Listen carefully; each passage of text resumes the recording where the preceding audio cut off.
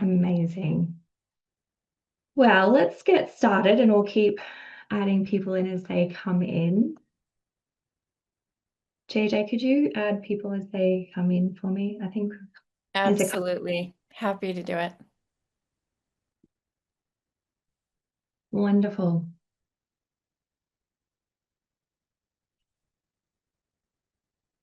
Brilliant.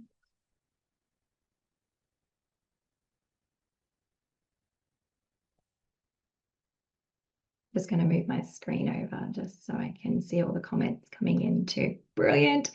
Well, welcome everyone. It is so beautiful to have you here.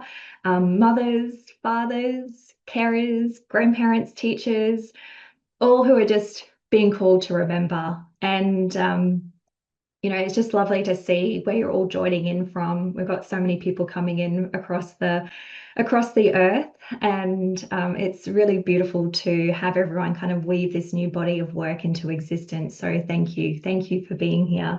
Thank you for bringing your light, your energy, your heart, your soul, and really wanting to understand at a deeper level your family system and remember those parts of you that are being asked to remember as our new earth and our crystalline children are coming through more and more and more. So in terms of, I just want to talk a little bit about myself. So I really just want to talk about motherhood because motherhood has been without a doubt like one of my greatest teachers. It has like stretched me and it has softened me, it has deepened me, and it has truly expanded me from the highest of highs, from those moments where your child like looks into your eyes and says, I love you. And you can feel their little body press up against you, to a lot of the lows as well. Those moments where the world feels like it's collapsing because the sandwich was cut into squares instead of triangles, those moments. So, but if there's one thing that motherhood has really taught me, above all, it's this. It's to slow down. It's to stop rushing through life as if there's like a finish line there. And it's taught me to open my heart up into a new way of being, one that listens more than it tells, one that breathes before it starts to react, and one that really allows the chaos and the magic to coexist. And my eldest, Austin, has been the one to shape me the most. He has been my mirror, my guide, and my little wise teacher in disguise, actually. And there's this one moment I really want to share with you that really stopped me in my tracks. And it was just like one ordinary day as my parents were leaving our home. And they were driving down the driveway, all at the front of the house, waving goodbye. And Austin, my eldest, took 2 steps forward and he kind of crouched down to the grass into the garden. I was like, well, what's he doing? And he turned around, he said, Mum, the grass is blue. And you know what? The tree over there, it's purple. And if I knew it was said to my mum's like, oh, you've got a vivid imagination. Like, no, what are you, you're just seeing things.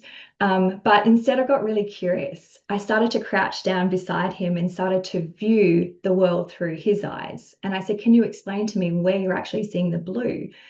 And he said he could start to see light around the blades of grass, and he could see the light around the tree. And he was saying, yeah, they're purple. And I was like, wow. And I was like, I knew then that he was actually seeing auras. And he even said, like, our dog had a brown aura around it, or brown light around it. And that was the beginning of Austin's aura book, because as soon as that happened, like we quickly ran inside, we got an A4 bit of paper and like we folded it together, and then we created Austin's aura book. And it's a notebook that he's documented everything that he saw. So on each page, he has a color and then a list of all the things that he was seeing with that color. And it became a way for him to explain to me his world, his language, and how he was seeing the world through his eyes. And in that moment, he became the teacher and I started to become the student. So a few months later after that, it was my daughter's turn to shape my world. And we were like driving along down near Mooloolaba, and we were going down to meet my husband and my son for a beach time. And as we're driving along, she's like, "Mum, I've lived many lives before." And again, my jaw dropped, and I was just like, "Oh goodness, okay." And I started to get curious again. And I said, "Well, tell me more about one of your lives." And she described one life where she like wore clothes made out of leaves. Her skin was black. She had rainbow hair. She slept under the stars, and they used like these big leaves to sleep on. And as she was explaining it, it was so vivid, so alive, and she was so certain. And it was just like, she's not making this up. This girl is remembering. And, I stayed so curious through that whole process. I asked all the questions. I didn't try to put any words into her thoughts. And I really let her lead, just as I do with clients when they recall past lives in sessions. And I ended up sharing this online. And soon after, I began to receive messages from parents all over the globe saying, "My children remember too. My child is remembering their past life as well." And I began to notice something really, really powerful, that these children, like our children, are carrying wisdom way beyond their years. But a lot of families are still built on trauma. And so through my kinesiology and Akashic record sessions, I've seen generations carrying a lot of those unhealed wounds, a lot of karmic imprints, a lot of the patterns that just keep cycling between lineages and one after the other after the other. And so I knew in that moment that we were being asked to build something new, a foundation rooted in fear, well, not in fear, but in not in fear and survival, but in soul truth, in connection and in love. And right when all of this was unfolding, I actually reached out to JJ to be on my podcast. And before we even recorded, she said, "Tara, I've had a download."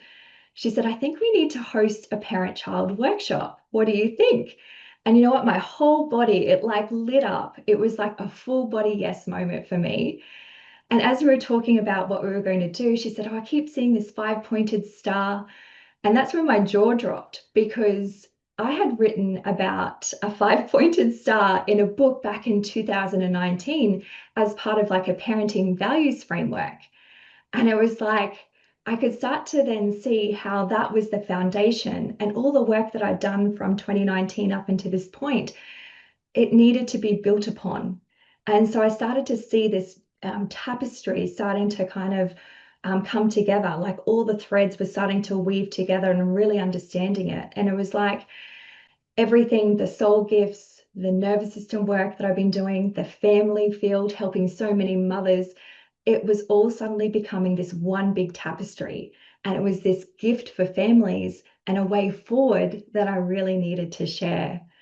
So, in saying that, I would love, love, love to introduce JJ as well. So, I have, it's such an honor, JJ, the absolute soul deep honor of introducing someone so dear to me. I first connected with JJ years ago through her podcast, and I still remember hearing her voice for the first time. And she was doing these beautiful light language activations, and something in me started to kind of light up, and I couldn't explain it. And she wasn't teaching in words. What she was doing is she's transmitting pure remembrance. And my cells remembered her before even my mind did. And when I finally met JJ in Byron Bay last year, it was one of those like goosebump time folding moments where she has this beautiful way of lighting up every part of you, of converging those forgotten fragments and starting to bring them home into your system. And JJ just doesn't talk about multidimensional remembrance, she embodies it. And she's a mother of 8 from ages 10 to 28. I think I've got that right, JJ.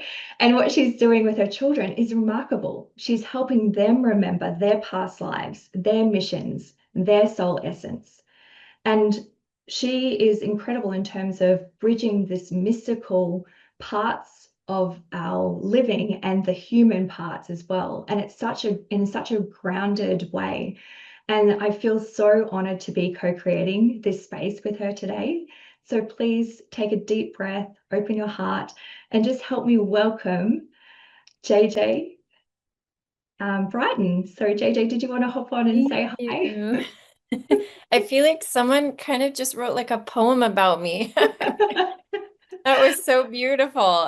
Thank you. I was like, wow. I received the beautiful reflections.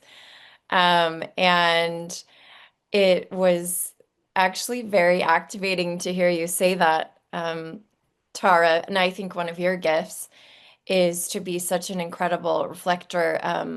In fact, after Tara and I met for the first time, for the first time we recorded on the podcast, I should say, we had met in Byron Bay last year very briefly.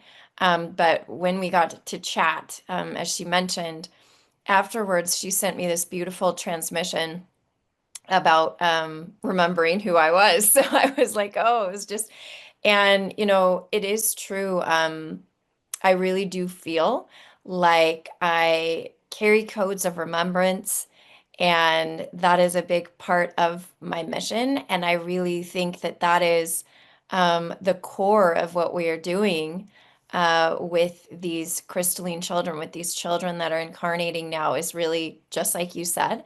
They have it all. It's just helping them remember it as parents and caregivers, grandparents, aunts, uncles.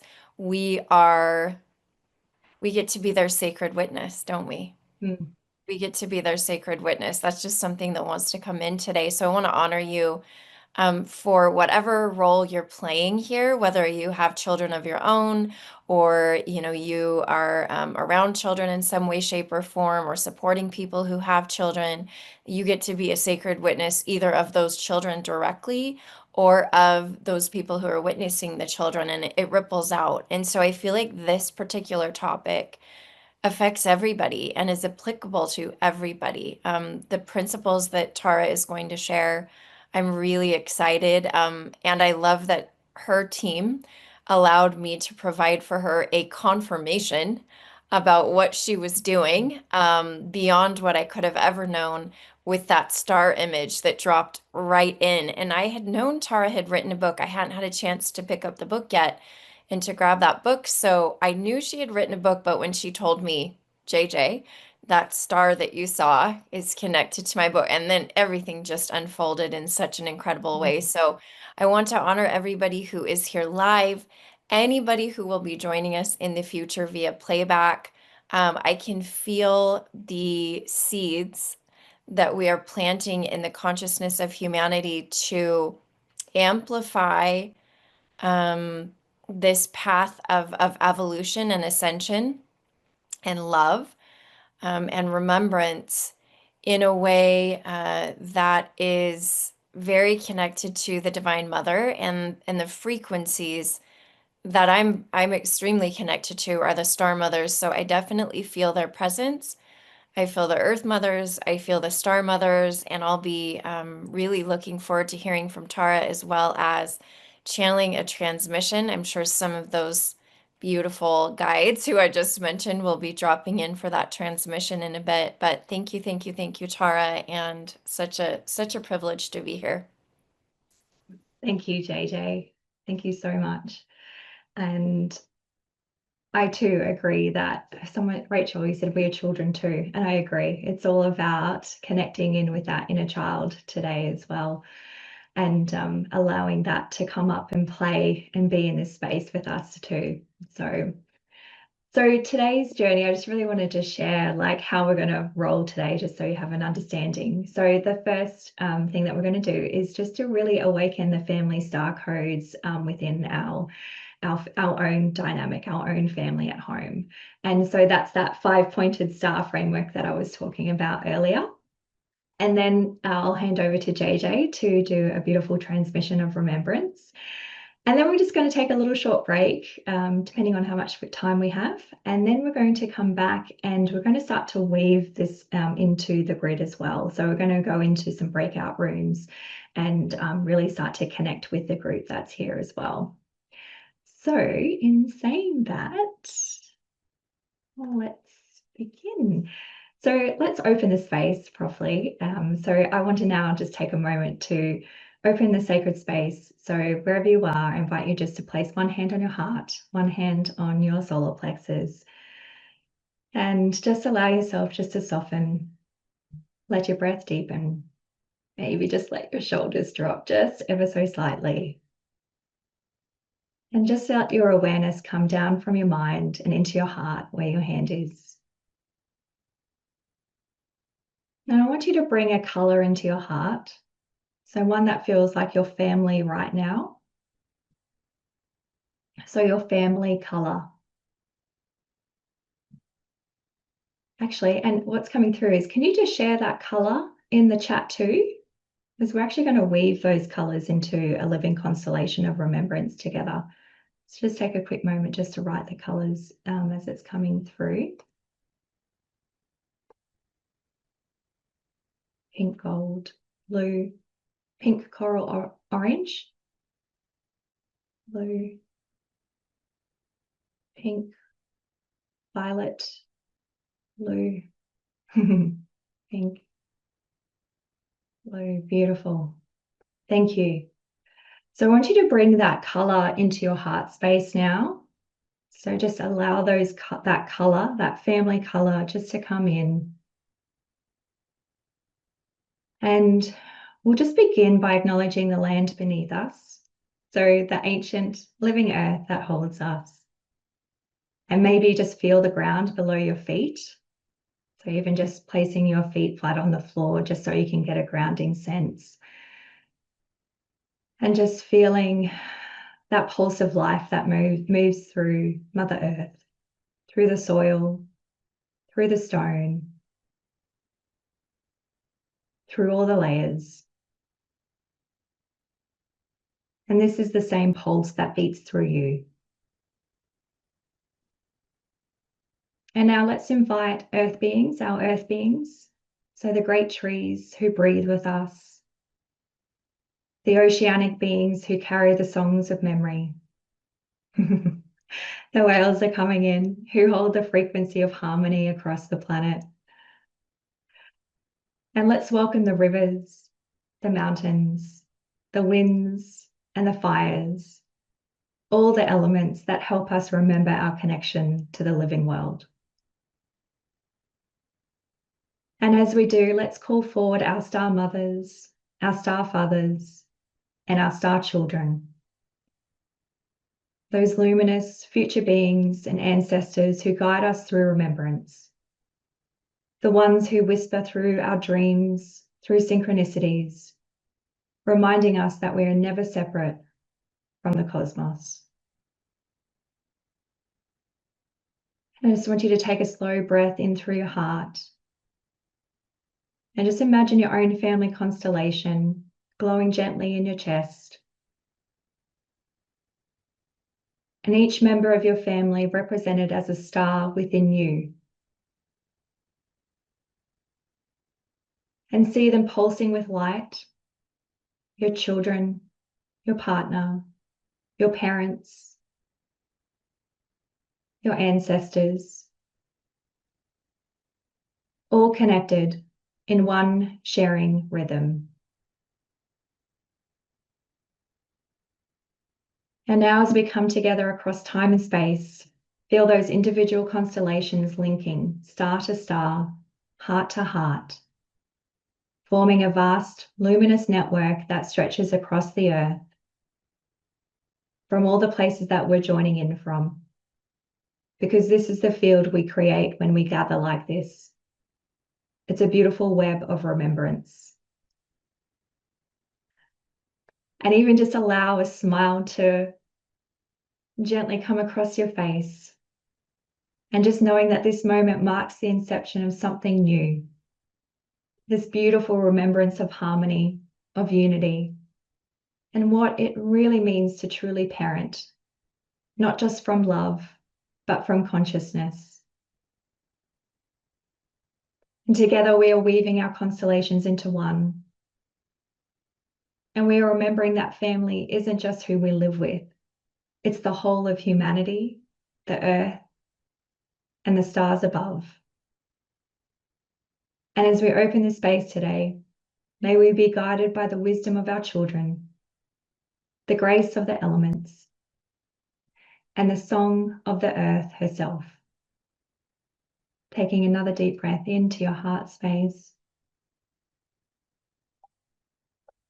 And I want you now to take that color in your heart space and I want you to beam it out into the computer, into the field of, so we can all connect.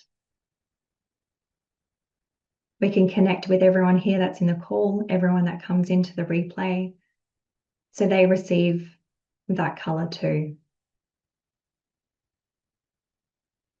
And just visualize those colors weaving together.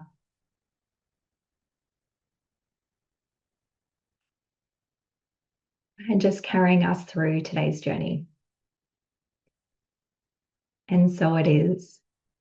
So taking a moment just to gently come back into the space, back into the room, open your eyes. Beautiful. Well done. All right. Well,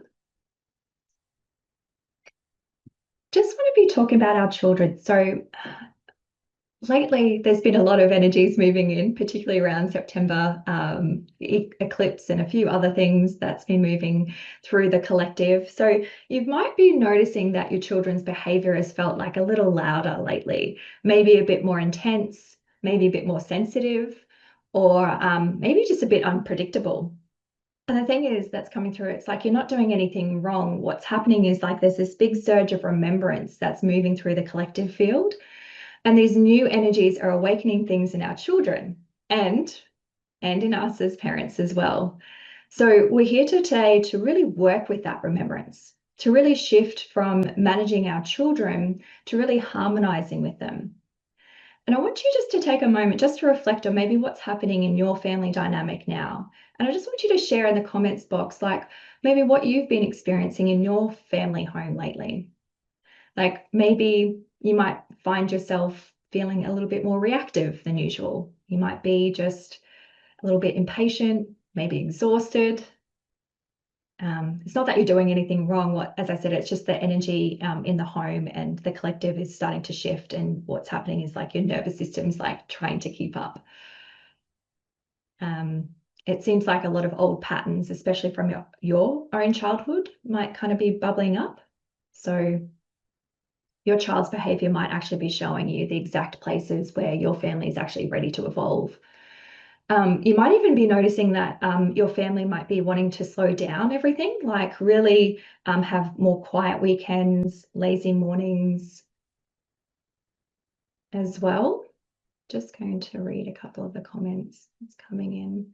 Connection, yeah. Empty nesting, but definitely seeing patterns, yeah.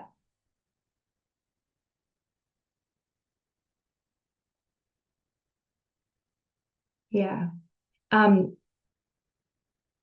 Yeah, sometimes I'm noticing a lot of clients are saying like their children are just saying, I just want to stay at home. And so it's their way of guiding us back to that simplicity that I was talking about before and finding that natural rhythm where families thrive.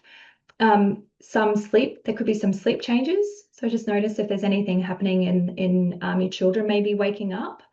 Maybe waking up with like vivid dreams or talking about seeing lights and colors in their room, because their energy fields are expanding and integrating, and sometimes they just need some grounding and reassurance. So even just taking a moment just to reflect and witness what's actually happening in our family dynamic can really give us, and the opportunity just to share is a really good way just to put it into the field as well. Yeah, she's wanting to be at home. Yeah, so trying to balance loving children equally, differently, uniquely. Yeah. Lots of sleeping. Yeah.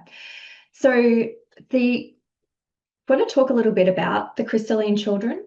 So the crystalline children, generally born from about 2012 onwards, as they're coming in, they carry this really pure light energy. And it doesn't mean that they're fragile by any means. it just means that they're like highly tuned in. And every time I think of it, like I almost think of like this little antenna, and they're just picking up everything around them. And they can sense the energy in a room, the emotions of people around them, even the subtle shifts in the earth itself. Like there was a big Schumann resonance, and I'm like, well, the children are really kind of moving with that as well. And what they are, they're like these little mirrors showing us what's ready to be healed, both in us and in our family systems as well. So, particularly when we kind of reflect on maybe how we were brought up or, past generations, we're told to like push a lot of our emotions down. And these kids, these kids, they simply won't. They are here to feel it all. They're here to speak up about what doesn't feel right. And they're here to bring more truth and more compassion into our homes. And it was interesting. I was reading a book by Rebecca Campbell.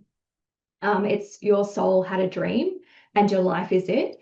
And it's funny, as I was reading along, of course, she has a part about children that I really just want to share.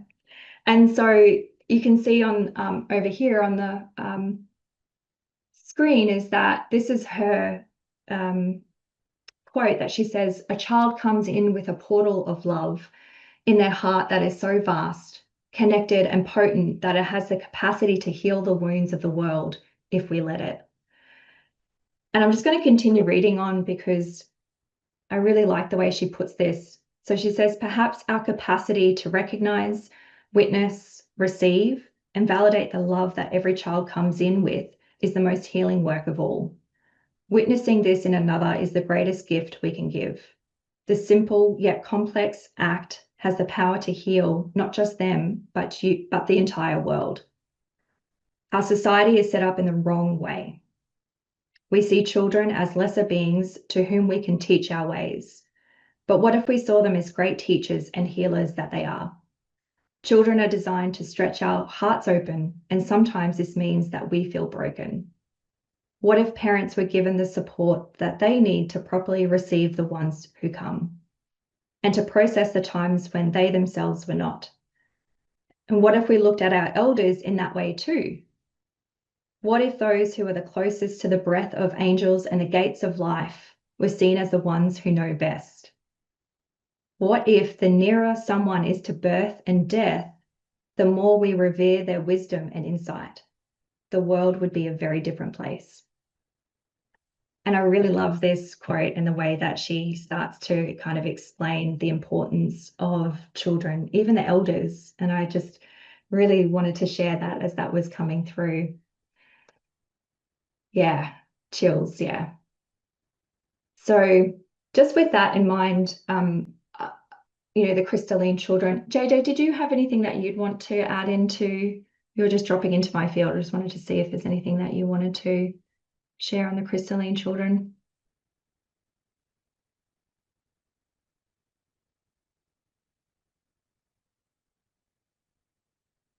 Done.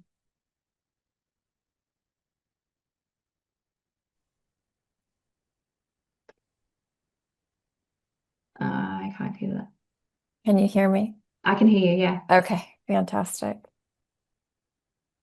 I was just thinking, yeah, a lot's coming forward as you say that. I was actually feeling a lot with that quote. And realizing and understanding that there's a future where we will have, children at the table of decision making on a global scale when it comes to big decisions. And that is because the children who are incarnating, especially these crystalline children, they are going to bring a level of wisdom that is, what's being shown to me is the little girl on Neverending Story, I think she's like a princess. She's almost a representation of the crystalline children. So we'll have to go back and watch that show now because that might be indicative of the crystalline children and what they're bringing. And she feels old and young at the same time. And then I think that movie was giving us a tiny little droplet of the template that these children are carrying, and that the way that they can hold an energy field and the way that they can show up in that capacity, and hold their own, say in a group of adults where we would normally segregate according to age. So that's just what's popping in, as we call forward this idea of the crystalline children and what they're here to do. Thanks, Tara. Yeah, thank you.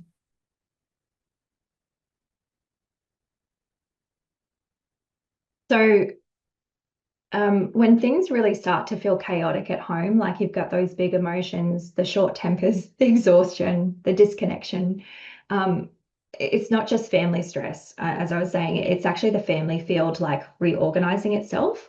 And what we're really feeling is like this energetic recalibration happening across generations. And it's part of a much bigger movement for humanity. And so each generation carries a sacred mission, and one mission like meets another inside the same household. That's where things can start to feel really intense. But as I said, that intensity, it's not wrong, it's not bad, it's not it's just things evolving, and it's evolution in motion, is the best way to explain it. And what I get shown is that there's these missions that are happening at a grander scale. And the mission number one is the parents. So ask the parents. And they keep showing me we're called the soil keepers. So they kept showing me these analogies. And I was like, soil keepers. Okay. So our generation, the parents, the healers, we're the bridge holders. We're here to clear the distortion.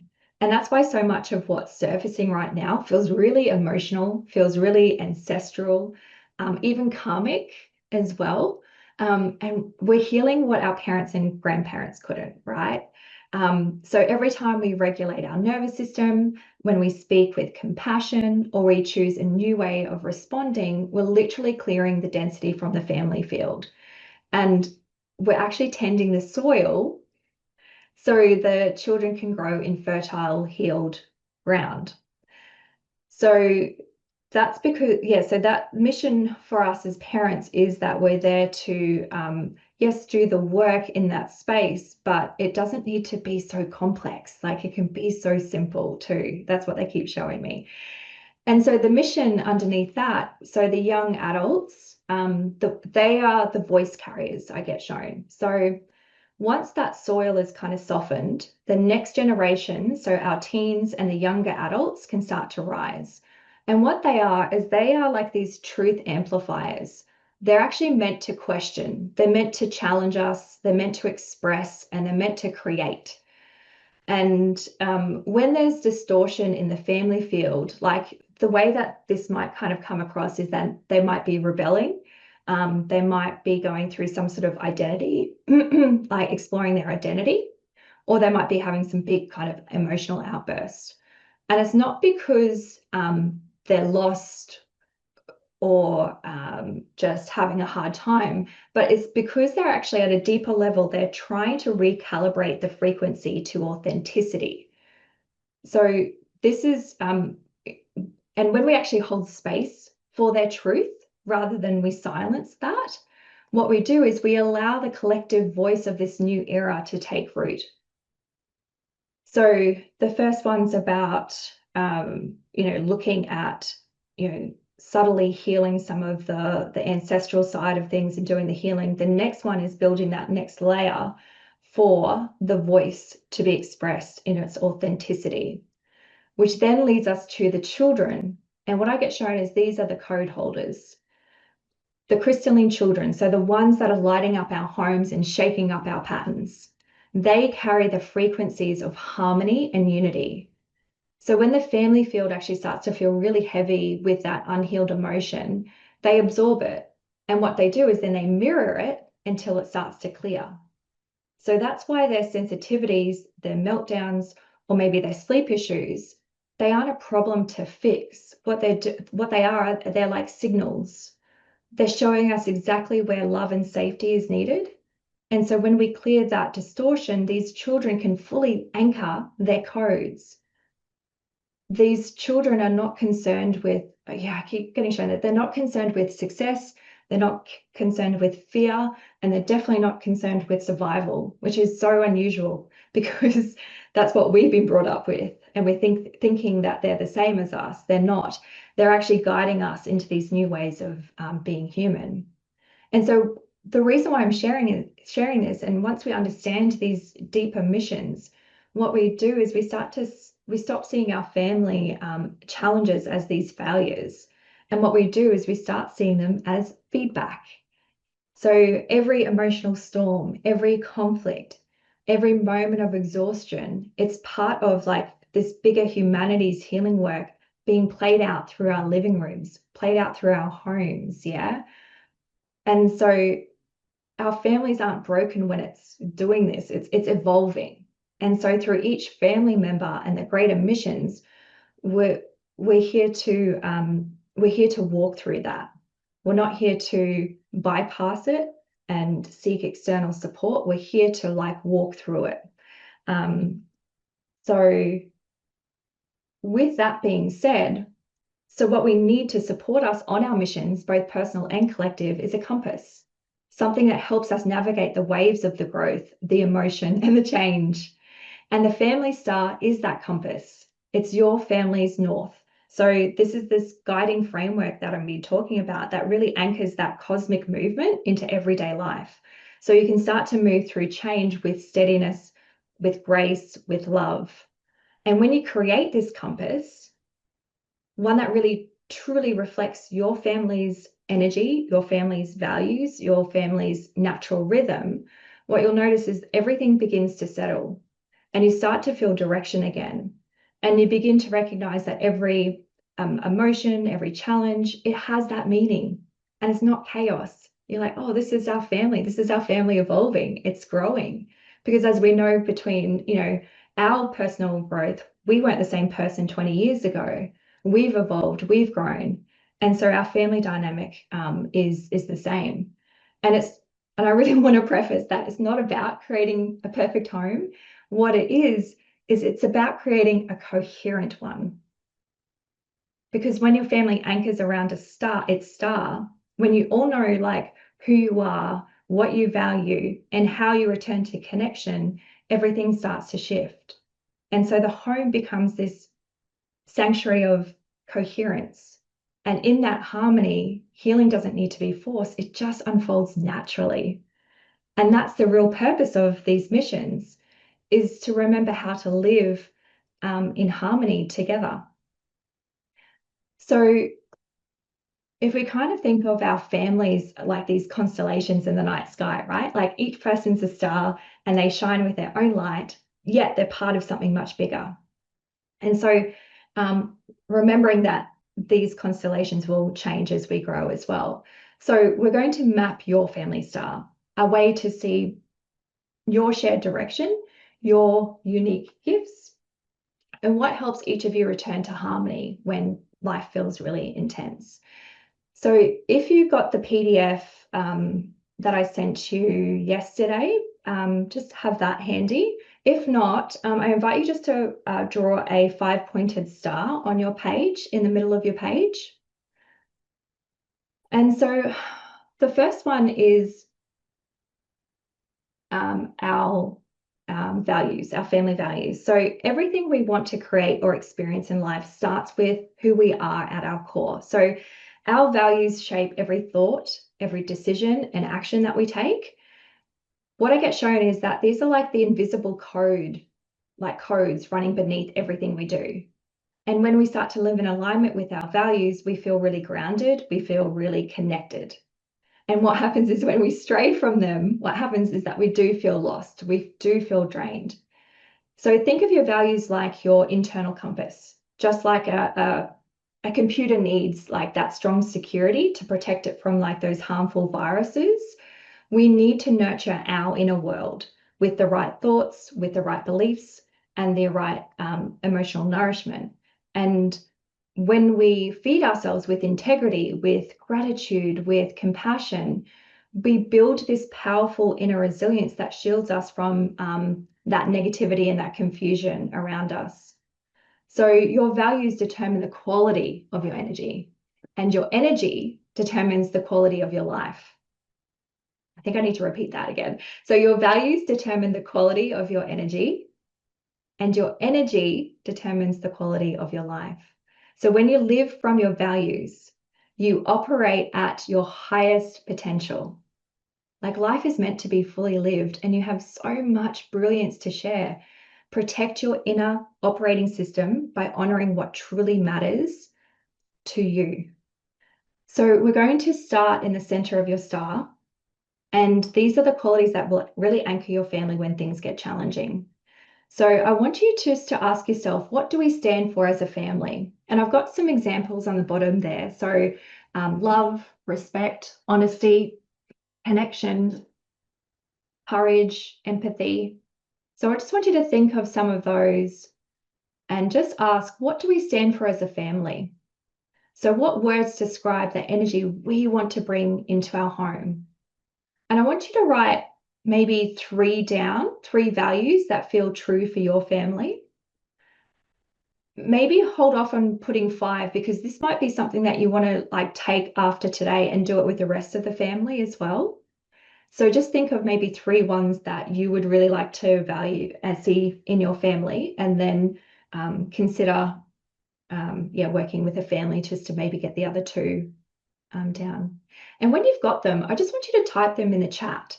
Maybe like our family values are, and just share your words as they come through as well.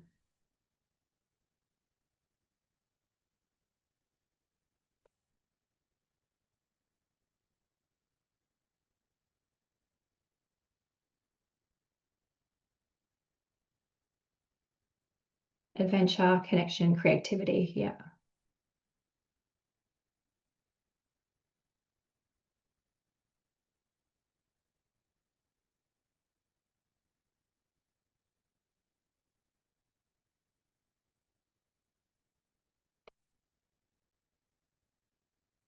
Yeah. Truth, love. Sorry, connection, creativity, truth. Connection, love, creativity. A lot of creativity and connection in here too. I like it. Love, fun, beautiful. So it seems like we've got some shared values as a collective here too, which is really beautiful. Love, kindness, gratitude. Yeah, beautiful.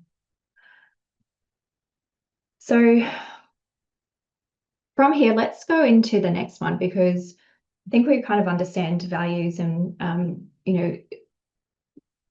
like if you can have one in for each point of the star.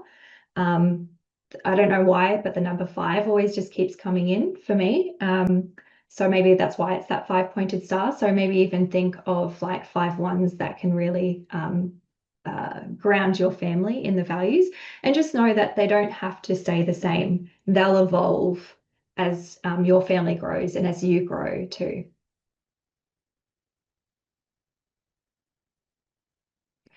So the next one, you'll see there's an outer circle. Sorry, there's the inner circle and outer circle. So the inner circle is your soul gifts. So I really want to share, there was this study done in Tokyo and in a kindergarten where teachers were not allowed to use the word good for 30 days. They weren't allowed to say good job or good drawing. And instead they described what they saw. They said, look, you used blue today. You tied your shoes up faster. You helped him up. And what they noticed after 2 weeks, the kids changed. They stopped looking to the teachers and the adults for approval, and they actually started to show their friends their work instead. And what they noticed is that their play got louder, the arguments got really shorter. There were still arguments, but they were shorter, but they were really confident. And they were saying that the classroom felt so alive, but it didn't feel like, when you go into a classroom, it's like you have to be obedient, you have to be really good. Like they said, it wasn't obedient, it felt alive. And psychologists ended up measuring this as well. And what they said was the dopamine spikes from praise. So when we praise children, they're really short-lived. But self-referenced dopamine, meaning that when effort is noticed, witnessed, not judged, it builds long-term motivation. So that good label teaches dependence. The description in a way that we just witness and explain things of what's just happening in the field, that builds identity. And that's the root of dysregulated nervous systems and anxiety. We're waiting for years of that invisible approval. So, when we overthink, we overwork, what we're doing is we're chasing that version of good job. And so the brain still expects someone to like grade it, right? But when you remove that praise, what happens is you give back presence. So when we move to the inner circle, this is where we honor the light each family member brings. So I really want you to think out of the mind of maybe what your child achieves and maybe that soul essence of what they bring. So something that is innate in them. So for example, my son, like if we kind of think of soul gifts or, the joy bringer, someone that brings laughter and lightness into any room. They might be the peacekeeper, someone that calms energy when tension starts to rise in the house. You might have a truth teller in your family, someone that speaks really honestly and directly. You might be the truth teller. You might have an empath, someone that feels really deeply and really understands others. A nature whisperer, so someone that naturally connects with animals or plants. Creative visionary, so someone that imagines, that dreams and inspires new ideas. Could be a healer. So think of maybe your soul gifts here. Someone that brings comfort and care and understanding. You might even have a wise soul in your family, someone that offers insight beyond their years. So ask, what is each person's natural strength or presence that uplifts our family? And I just want you to write one or two for each person, including yourself. So just take the time just to tune into maybe, what treasures that they carry inside, that maybe using those examples as a guide. You might have something outside of those examples, which will be beautiful. We can just keep adding to this, which would be wonderful.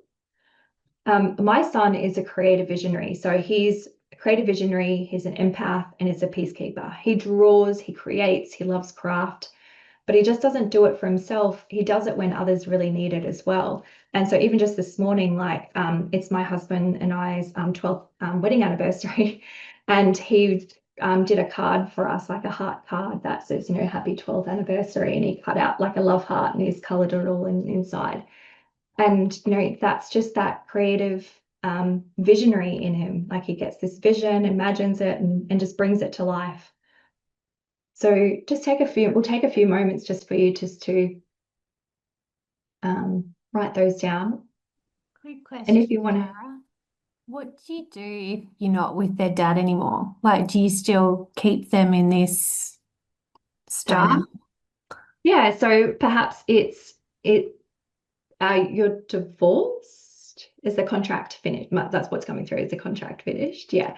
So if the contract's finished, then maybe just do your style with your children. Amazing. Mm-hmm. Yeah, so that's the thing with family dynamics. You're going to have depends if the contract's still alive is what's coming through.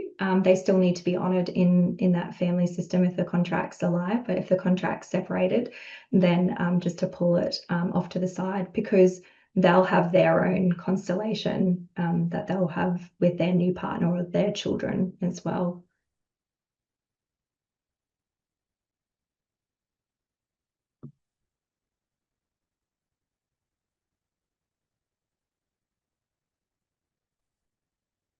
And if you feel like you want to share maybe what your soul gifts might be, just pop those in the chat as well. It'd be lovely just to see who we've got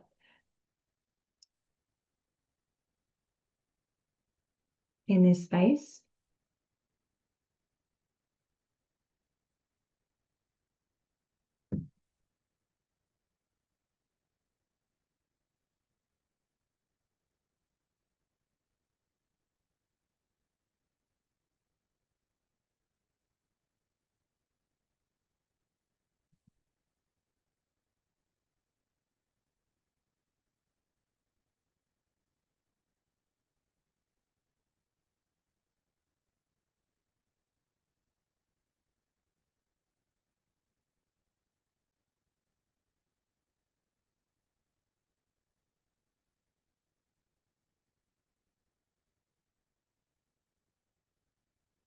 We've got peacekeeper, empath, creative visionary.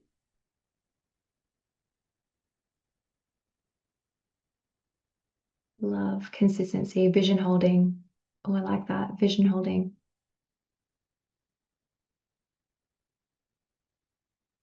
Healer, visionary, connector. Thank you for sharing.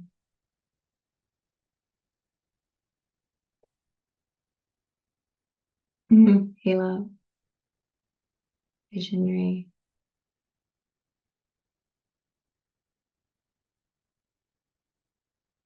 Manifestor, yeah. It feels that way, yeah. Healer, love, visionary.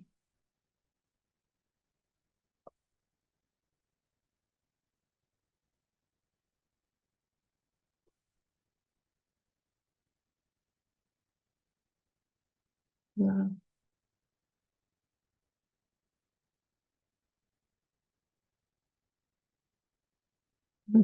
JJ, yeah, organization, humor. Oh, your husband's humor, yeah. And grounded compassion, voice, authenticity. I love it.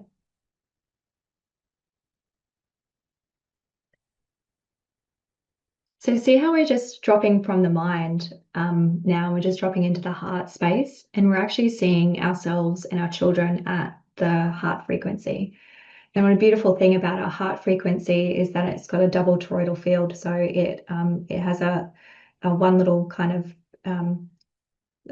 field that kind of goes out, and it's got a larger one that kind of goes up. And what you're doing is you're tuning into your heart space and really seeing yourself from this. You're actually naturally expanding your heart frequency field as well.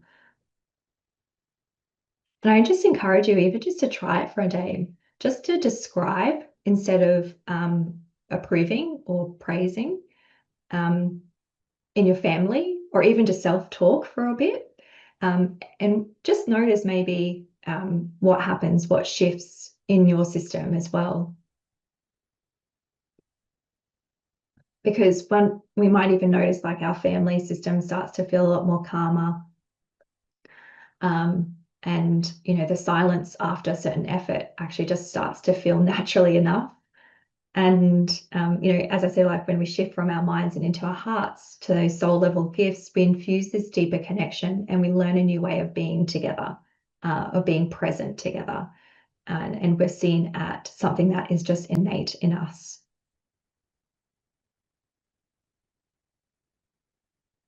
Beautiful. So let's move on to the last one, which is about plotting your harmony zone. So this is the outer circle. So this is where we explore how each family member stays balanced. What helps them feel safe and what brings them back to calm when life feels really big. So when we look at this, it's kind of twofold. The first one is to really understand what your nervous system response might include. So during heightened tension or an argument or just exhaustion or something that's going in your family, I just want you to take a moment just to reflect on, how does your nervous system react? Does it go into fight mode where you might feel really assertive, you might feel really frustrated? Does it go into flight mode where it just wants to escape and wants to just run away? Does it go into freeze mode where it just shuts down?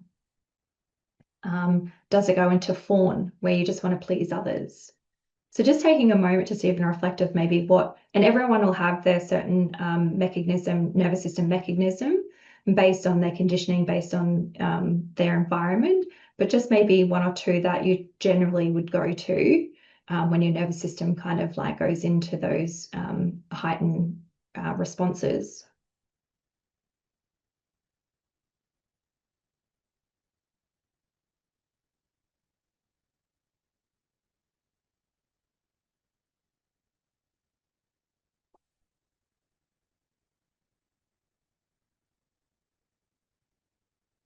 And once you've got those down, just consider, well, what do I need? Generally, what do I need to return to balance? What do I need to come back to coherence, to safety? So what helps me come back into balance when I'm overwhelmed? And that could be, and there's some examples there, might be rest or nature, might need hugs or music, alone time, gentle words, creativity, laughter is a good one. Just think of what you actually just generally need to kind of come back into it. We'll just do yours for now, but I invite you after today to actually then do this with the family. So to actually come back, and do the nervous system response and what their needs are with each family member if you can, because that conversation in itself will just bring more awareness to what people, what each of your family members will be doing. It allows them to be witnessed, and there's no right or wrong. It's just we need to, especially with our children, it's just like generally, what do you do? It's okay because we all have these moments where our nervous system kind of goes into a certain response, and so just removing that there's anything wrong with it, just being able to witness our children, even just. And I did it with my 6 and 8-year-old again just recently, and they were very aware of what they were doing and what they needed. So my son, for example, his nervous system response goes into fawn or flight. So he'll generally run away. He'll hide himself into the room. And I said, look, that's fine. What do you need to come back? And he said, I need a hug, Mum, and I need a hug from you. So I know when my son actually goes running off, that's his nervous system response. It's not something that I've done. It's just his nervous system. And then I can come in and I can ask him what he needs. Do you need a hug? And I'll get really specific with that. And then we kind of allow that repair to come back quickly. So this is your family constellation. So I just want to acknowledge like what you've just done, like what you've just created. And you can start to see how each star is a piece of this whole family system.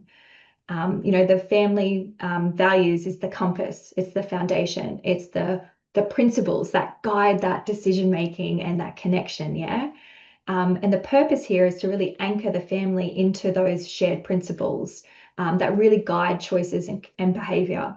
Like our big one is connection. And so for us, I use connection around technology, for instance. I said, look, let's hop off our iPads. We really value connection. Let's sit down and do that. And I don't get any kind of fight or resistance back from the family because we've sat down and we've worked out what our values are. And when I come in from that perspective of like, we value connection, remember we did this together, it triggers that they're not doing anything wrong. It's just that we want to come back to our values that really guide how we want to behave and what choices we want to make. You can then see how your soul gifts, of each member, that unique essence or that medicine that each person brings to the family. And we want to see each member not through performance, but through their deep essence. And so we're just bringing a new lens in our family through that. And then the outer one is just the family nervous system. So really understanding the stress patterns and regulation states, and to really help you recognize the family stress patterns and really support co-regulation as well. So you can see how all these layers interact, because when one is off balance, it can start to ripple through the whole constellation. And so you can just see how each family member has their star on the map, showing their gifts, their needs, and their stress responses. And what happens is over time, this becomes a tool for reflection and regulation, like a way to see the family system as alive and evolving as well. So I just want to take what is it they say, your left hand now, and I just want you to place it over your constellation map. Close your eyes and take a deep breath in. And just feel through your left hand. So your left hand's your feminine, it's receiving. It's coming up through the heart meridian. It's coming up from your palm up into your heart space.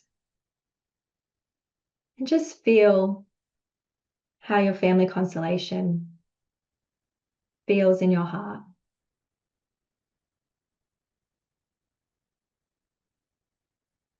Almost like resonating with this family constellation almost like breathing it into existence now.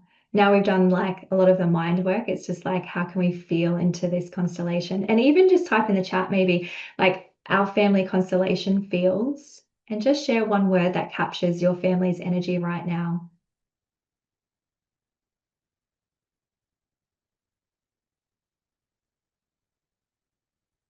Solid, understanding, nourishing, immaculate.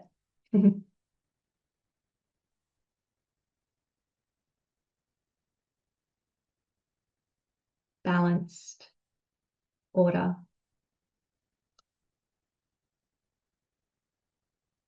Yeah, beautiful. Thank you for sharing, because how we then now bring those words and feeling into our everyday. Because once we've mapped our family style and we've defined those values, let's just talk about how we can live them. Because values don't hold power just because we write them down. They grow stronger when we live them through those small, consistent moments. So if your family values love, maybe that means just saying, I love you more, or hugging before you kind of like leave for the day. If your value is gratitude, perhaps you maybe light a candle each night and just share one thing that you're thankful for. Like I said with mine, like if you value connection, maybe it's just turning off screens during dinner or after dinner, so everyone's really present. So it doesn't need to be complicated. And this is what I keep getting shown. Like if we can just choose one daily ritual that feels really natural, something that you can do together that keeps your family values alive. And what these little practices do is it keeps your family star shining bright. So just think of little things that you can, one small daily ritual that you could do. And I just want you to write that down on a bit of paper. They're saying that needs to be embedded.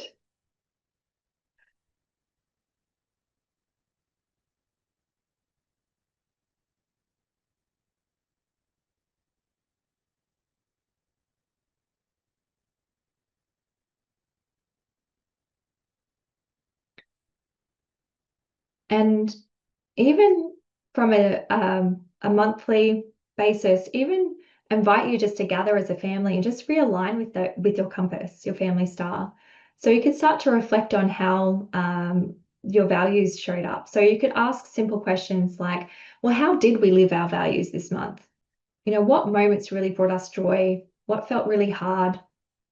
The bigger one is, what support do we each need moving forward as well? Because when you come together for this family reflection, this deep listening, it's almost like a gentle course kind of correction, just through awareness. It's really about celebrating what's working, adjusting what's not, and remembering that you're a team navigating life together. And so even just having a monthly ritual that keeps your family constellation like coherent, it keeps your energy clear, connected, and growing together as well. We have ours up on like the fridge, and it's something that the kids love going up and reading and coming back to. Particularly as they're young, they remember, they're like, oh, that's right, I'm a creative visionary. And we get to talk a little bit about that. So it almost becomes this talking point, and the children almost kind of like show me when things need to be recalibrated in the family, which is really nice as well.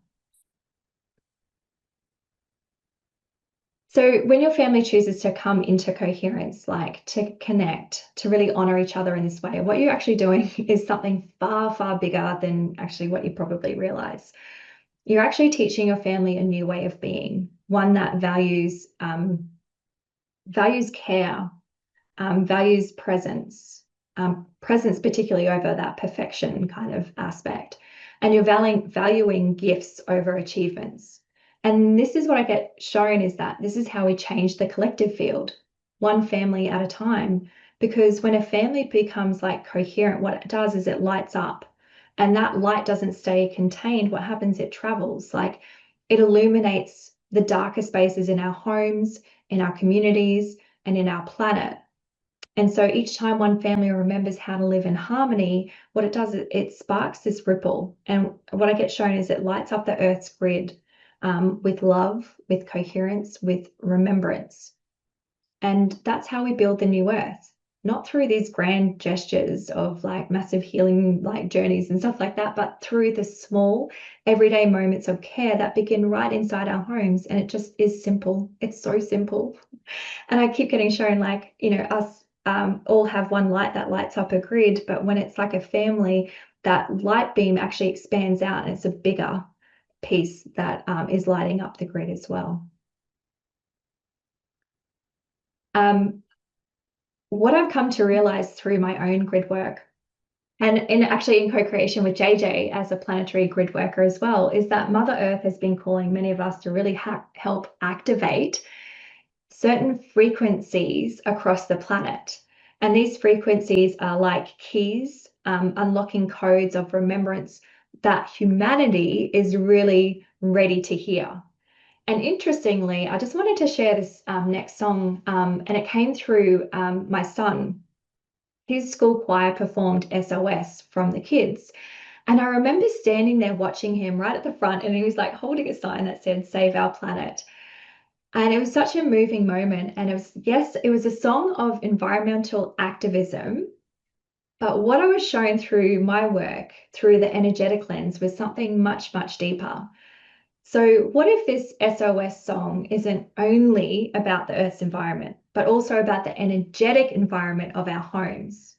Because as I stood there, I was like, I could see how the same patterns playing out on our planet, like the pollution, the exhaustion, the imbalance, also lives in our family systems.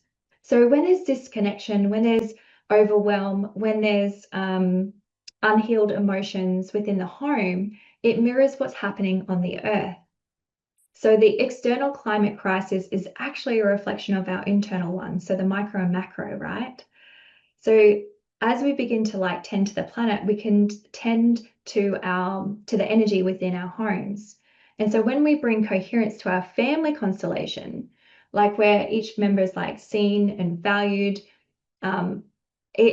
it allows everyone to shine, and something extraordinary starts to happen is that our light starts to, as I said before, like radiates the whole collective field, like it lights up the Earth's grid. So I really want you to listen to this song, and I invite you to experience it through the lens of your own family constellation. And I just want you to let the children's voices reach into your heart, your home. And I want you to almost feel the words as a frequency, as if they're calling not only for, yes, planetary healing, but for also harmony within our families.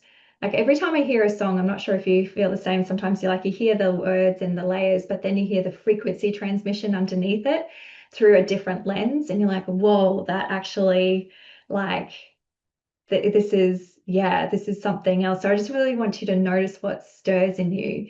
Notice maybe what part of the constellation, your lineage, your home, your children, this song might actually be speaking to. All right, so let's listen to this.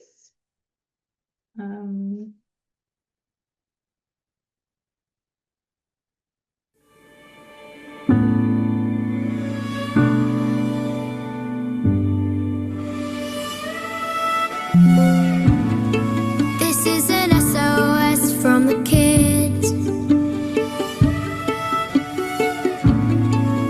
All the grown-ups take note of this. We're finding our voice, calling you out. You can't leave the world in fire and drought. This is an SOS from the kids. Please change the story, rewrite the plot. This beautiful love cannot be lost. Stop hurting our planet like you don't care. There's only one world for us to share.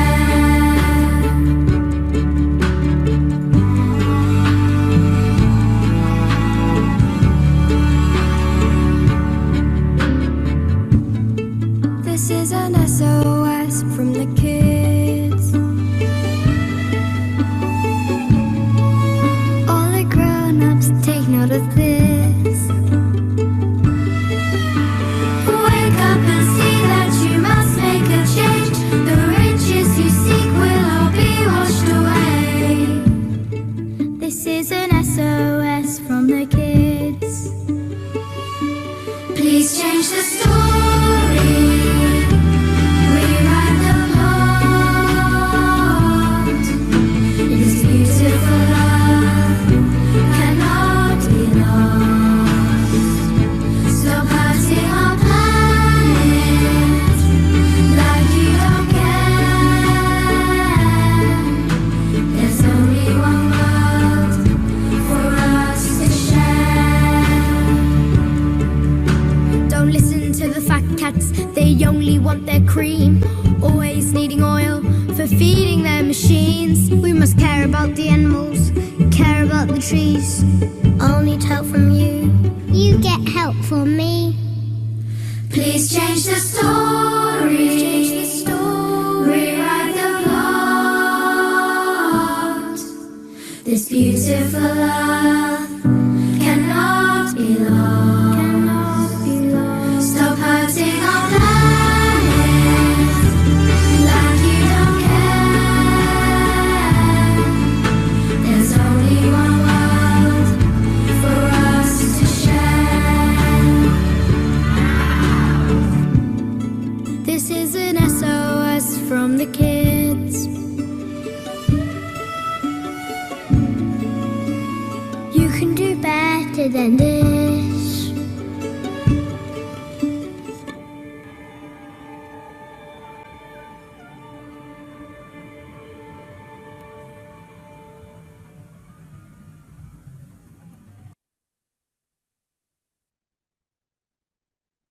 I want you to type in the chat maybe just what came through for you as you listened. And it just might be one word, an image or a feeling. There's no right or wrong here. Just share what arose in your heart or your family field. I get goosebumps every time I listen to that song. Because I feel like these children, like the same ones singing that SOS, are not just asking us for us to save the planet. They're asking us to heal the systems that shape how we relate to each other and to Earth.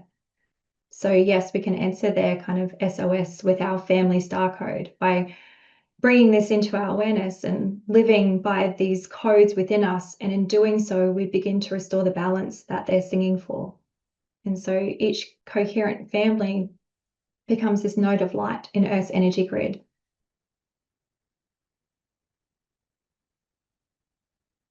Peace and love, yeah.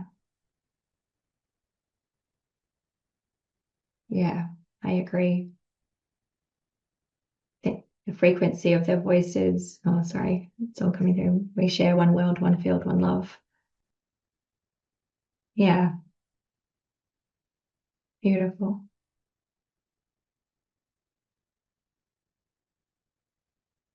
I think the frequency of their voices and the message is so powerful. No politician or adult can drive it home like that. Yeah, thank you, JJ. Yeah. Beautiful.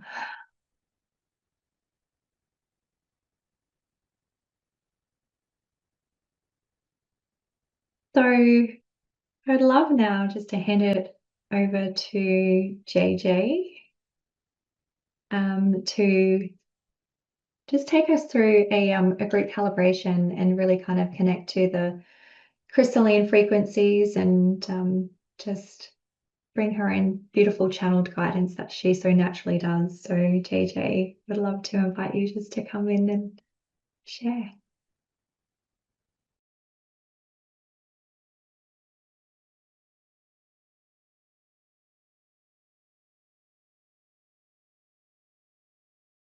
Thank you, Tara.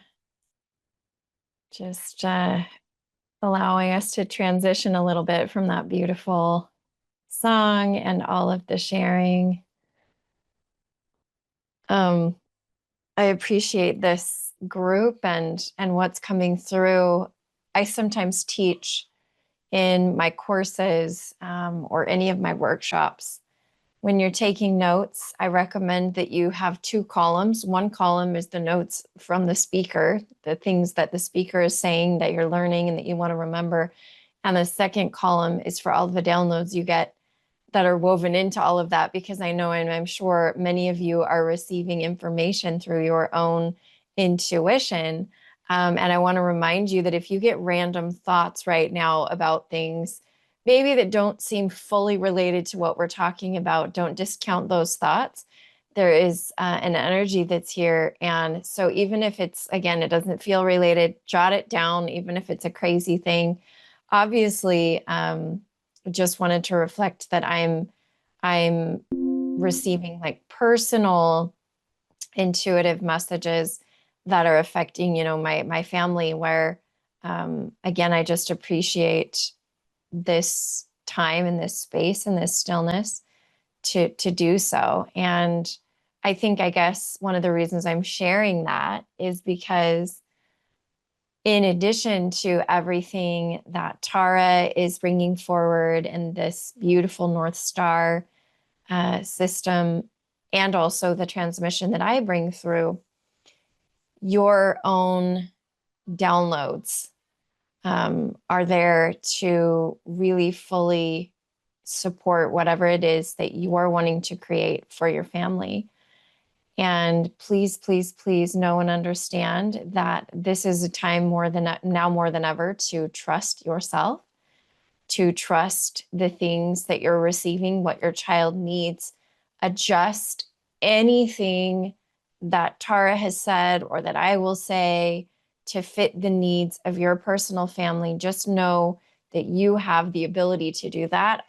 I know that Tara believes that and that I do implicitly, but I want to explicitly remind you that the templates and blueprints of the new earth are absolutely honoring your internal intuition and not externalizing authority, just adding it to enrich what is coming through for you. So giving yourself permission to do that.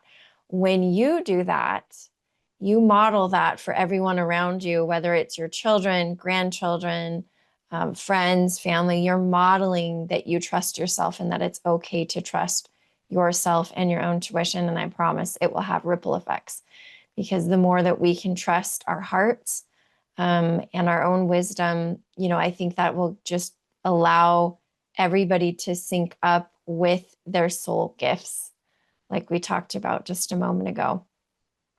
So that being said, I'm excited to tune in today, and you're welcome to just have the camera without the slide as well, Tara, for this transmission. I'm just going to pop in some music here, be sharing this. You get to go for a little ride.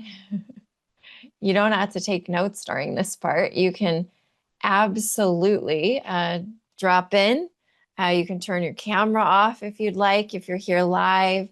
You can even lie down if you want to. I'll be taking us on about a 20-minute journey I already know, and I appreciate Tara asking you to share what colors were dropping in for you, because Tara, I absolutely felt those were connected to many star families.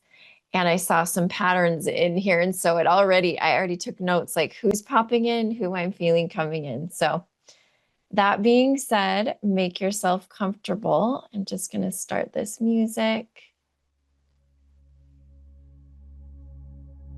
And taking some nice deep breaths. Honoring all of the beautiful guides that Tara mentioned at the beginning of the workshop, and connecting with their presence, their love,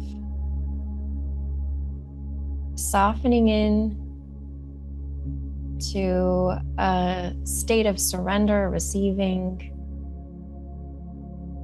I'm hearing the word nourishment Nourishment is so important for all of us here. This month that we're recording the workshop, the theme for our blueprint is quantum restoration, so that's also important.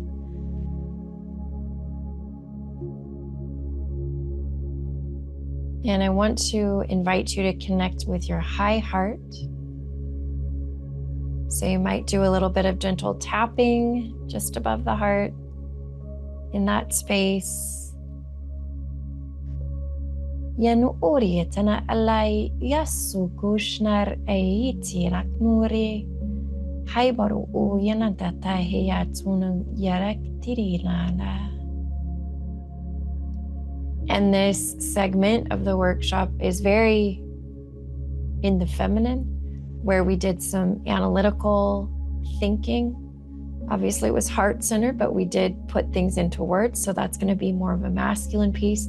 This is a little bit more feminine to balance it out. It might be a little bit more abstract of a journey, but just let it flow.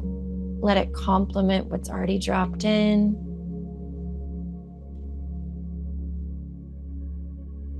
I'm sensing, noticing the presence of our beautiful whale mothers, both our earth whales, our galactic whales, Sirian whales, Pleiadian whales. And specifically, again, the divine feminine and the divine mother as embodied in the whale beings with their unique physicality, their unique nervous system, their unique neurological system. And I've never actually focused on that before, but that's coming to the forefront right now is the whale brain. And so just allowing yourself to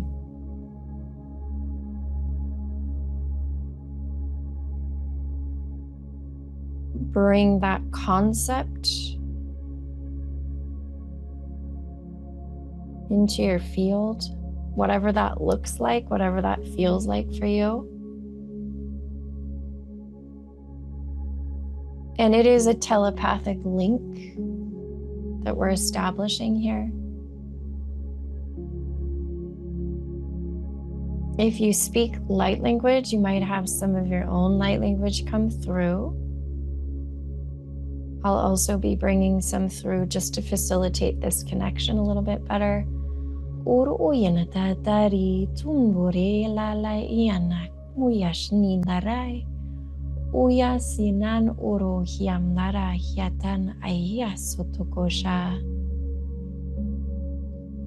in addition to the whales, the whale mothers, I'm feeling 3 prominent star mother groups.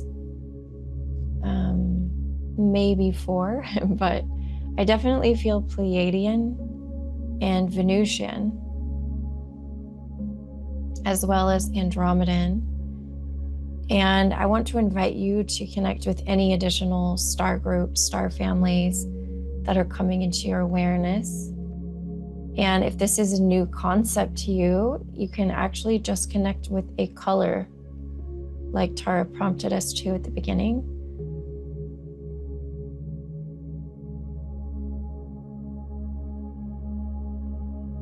I'm noticing just a little bit of softening for the solar plexus. So go ahead and move both of your hands, place them on your solar plexus just under your rib cage.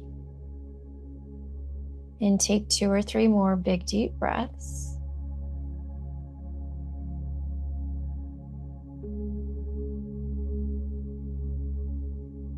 And as we are seeding these beautiful concepts into the collective consciousness by simply attending the workshop, live or via playback, you're allowing these concepts to ripple into the collective consciousness through your awareness, your DNA. You're not only receiving, but you're also a conduit. Because this is called family star codes for a reason. This whole entire workshop is encoded, whether you're conscious or unconsciously aware. And so just allowing for the whale mothers, the Venusian, Pleiadian, Andromedan star mothers to flow through this field. Any codes originating in the Divine Mother frequency, in the Divine Family frequency, in the Divine Father frequency, and calling in the star fathers to assist with that. The Pleiadian star fathers, Venusian star fathers, Andromedan star fathers, or at least the masculine, because their concept is a little bit different than ours sometimes, but it is that masculine, balanced energy.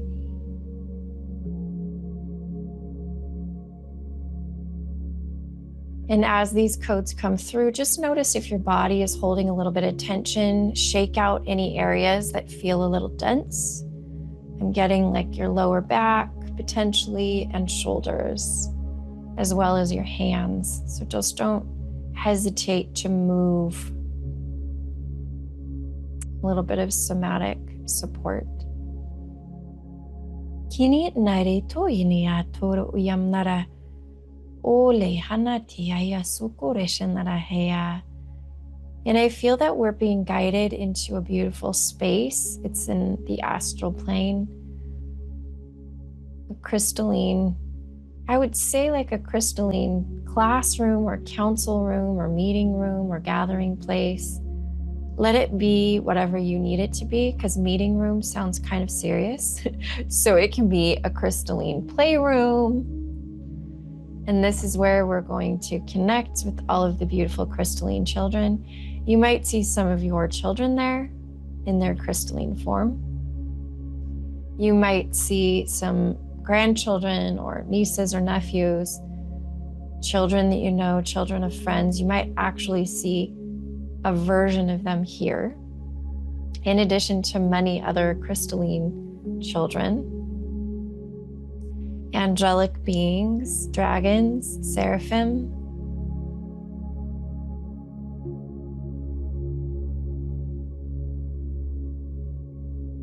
And the element of air is definitely front and center as they're continuing to invite us to take big, deep breaths and exhale with an audible sigh, an extra powerful exhale, like you're fogging up a mirror.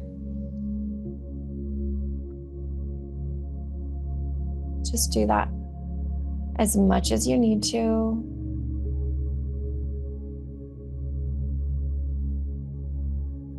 We're going to briefly drop into a state of quantum rest that will facilitate a level of quantum restoration.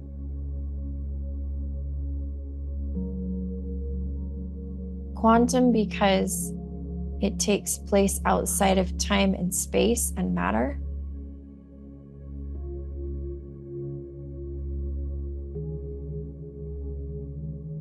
I'm hearing the words reconfigure and rewire. And there's definitely something being transmitted by the whale neurological system that is connecting with our own as a way of reprogramming.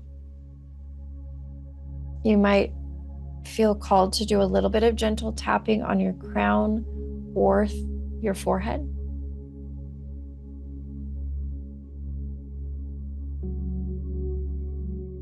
It's just a very gentle little touch connection there so that you can fully tune in.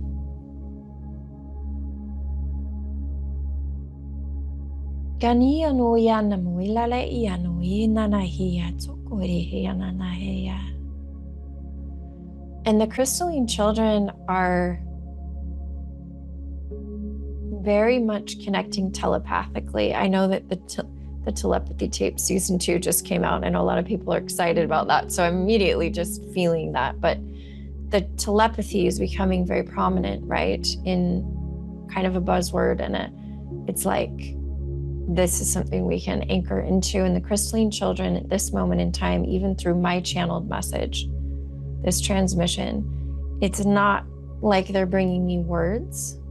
They're just asking me to witness and share with you the telepathic connection that they're establishing with you at this time. And maybe that's what the whale reef wiring is to amplify and emphasize our ability to be telepathic. I recently had 2 situations when I was in the airport where 2 little babies were immediately telepathically communicating with me. They were not my babies.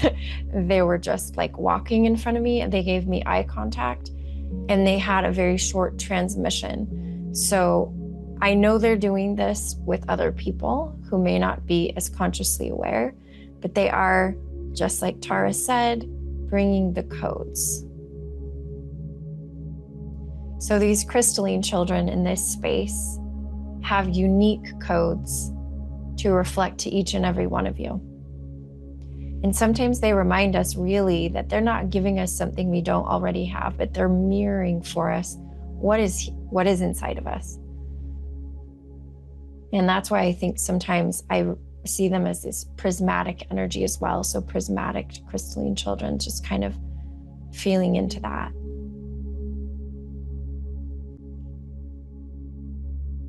They're letting me know that the most important piece is to fully embody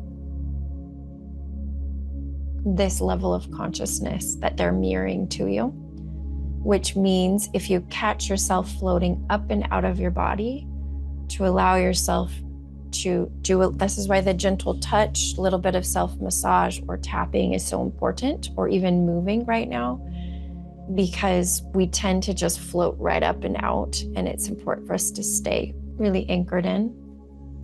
And they're reminding us that when we receive big energy transmissions, whether you're listening to a YouTube video that's light language, or something very activating, to consider doing that outside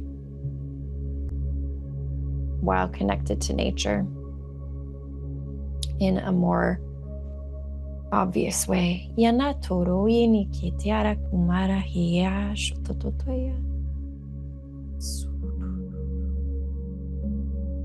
I can now see the crystalline. This is really interesting, but I'm just going to roll with it. Giving us some kind of food, some kind of energy food, like manna, but it's crystalline. And they're literally showing me, they're like giving you a plate and giving you like a utensil, and you are being invited to literally partake, maybe like a crystalline ice cream sundae, whatever your inner child wants to eat. But it's a different density, a different type of food.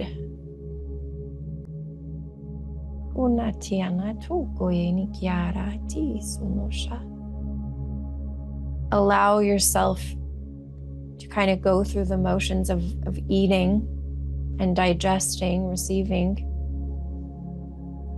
and even swallow as if you are swallowing this food. Like you're pretending, but it's really happening, right? So you're convincing your body like this is real.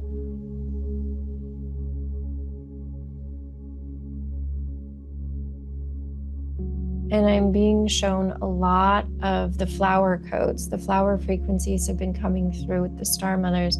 I'm seeing a lot of flower-shaped blueprints.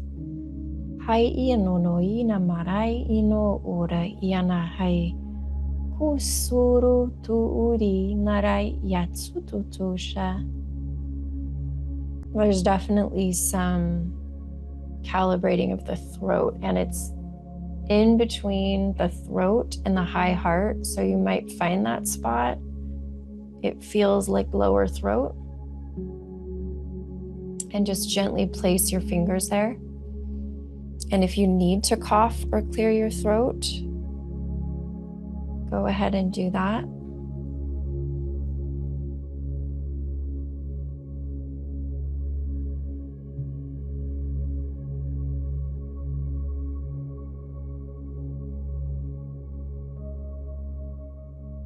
And then finishing up with 2 or 3 more deep breaths. And also, I'm hearing that we can use just toning or humming. So just allow yourself to produce a sound of some kind that's going to be extended. Just take a deep breath and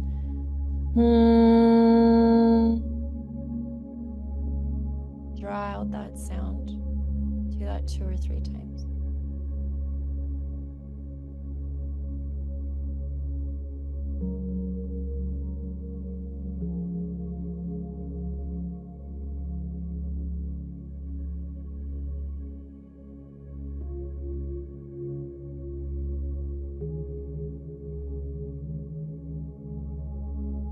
And then finishing up this beautiful interaction, this beautiful weaving with the crystalline children in this space. Noticing if there's anything more that you need to receive from them or that you would like to receive from them, whether it's a crystalline child that you know in real life, in a physical body, or if it's a crystalline child that's just existing in the astral plane or the etheric realms. It's any information. And as you connect about that information, I want you to gently make your way back to a place in a space where you could jot down a few notes and just write down anything that's coming through that they're sharing with you, whether it's a symbol, a word, a sentence, light language even.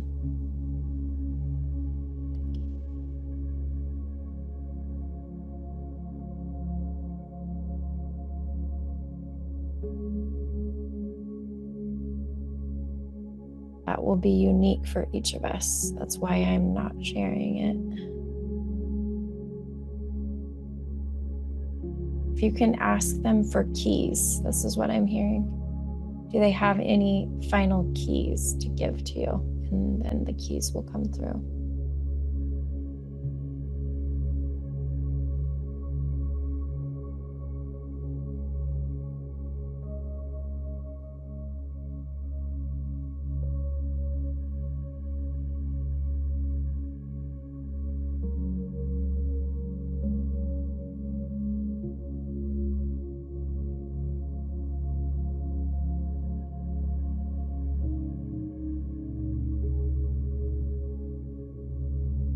And with that, bringing our awareness to our beautiful star mothers and whale mothers. We're gently being escorted out of this etheric gathering place, expressing our gratitude to the crystalline children, gratitude and love. Gratitude and love to these beautiful star mothers and whale mothers. And gratitude to our beautiful physical bodies.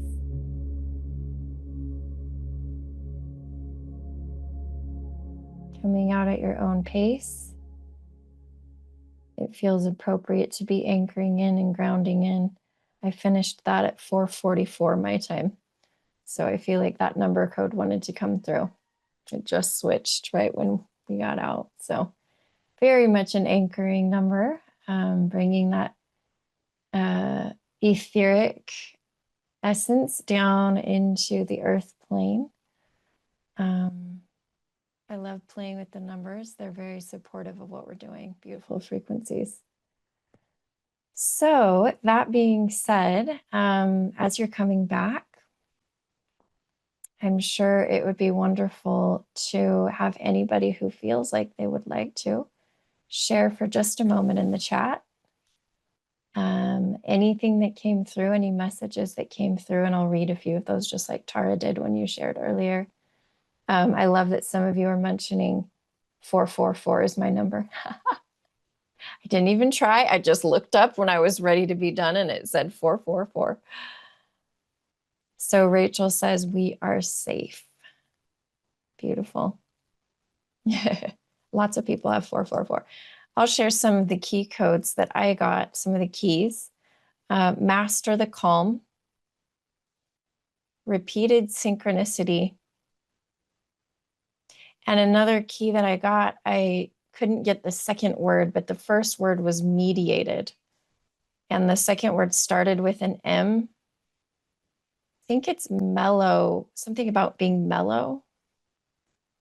So yeah, I'll have to think about that because sometimes it takes me time to capture what that is.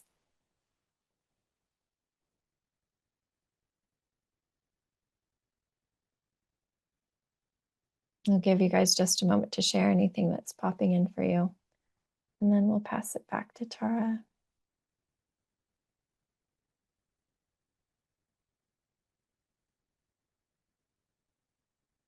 Rachel said, our soul song is the key. Our soul song is the key. Our soul song is the key. I love that. Songs are coming. Speaking of songs. Speaking of songs. All right, I think we're still in that crystalline energy, so feel free to continue to share in the chat. We'll all be able to read that. And I'll pass it back to Tara.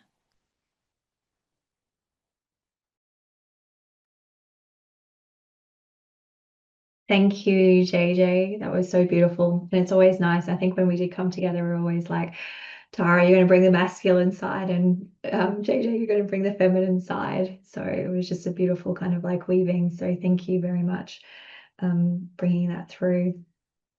So when I got to look at what's been happening in my field lately, as I kind of like was putting this, co-creating this workshop with JJ, and humpbacks. So what I've come to learn about humpbacks, particularly ones, so there's a lot of humpbacks that are migrating recently down the east coast of Australia, and they were once almost on the verge of extinction. So over the last decade, their numbers have like grown again, and they're thriving, which is wonderful. And the thing I come to know about whales is that they're multidimensional beings, and they can move between realms so easily. And I've also been shown that they carry the crystalline children's codes, guiding them and showing them their pathway here on Earth, which is really beautiful. And through this remembrance with JJ, we realized that a lot of the DNA of humanity has been cosmically frozen in Antarctica. And these whales, they're carrying them up through Australia and New Zealand through the birth canal and into the birthing portals of Hawaii. And they finally then start to go to other different parts like Mount Shasta, so the learning records of Mount Shasta. And from there, mapping the whale's path, we're seeing how they're bringing these new frequencies and how they're traveling through Earth. And so when JJ visited Australia, I'm like, oh, you have to see the whales. We have to plan and go out and see the whales. What we didn't know, what would happen that morning of our tour boat. So the group before us came back looking really heavy-hearted. They told us that a baby calf had been caught in fishing nets, and the mother was close by, and then like this whole pod of whales had like surrounded the baby while the fisheries worked to free it.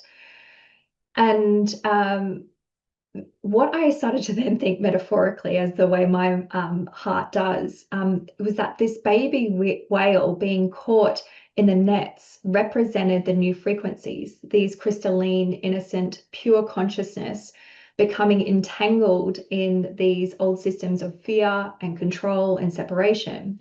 And the net really symbolized this matrix of human forgetting, the beliefs and structures that block that natural flow of life and love.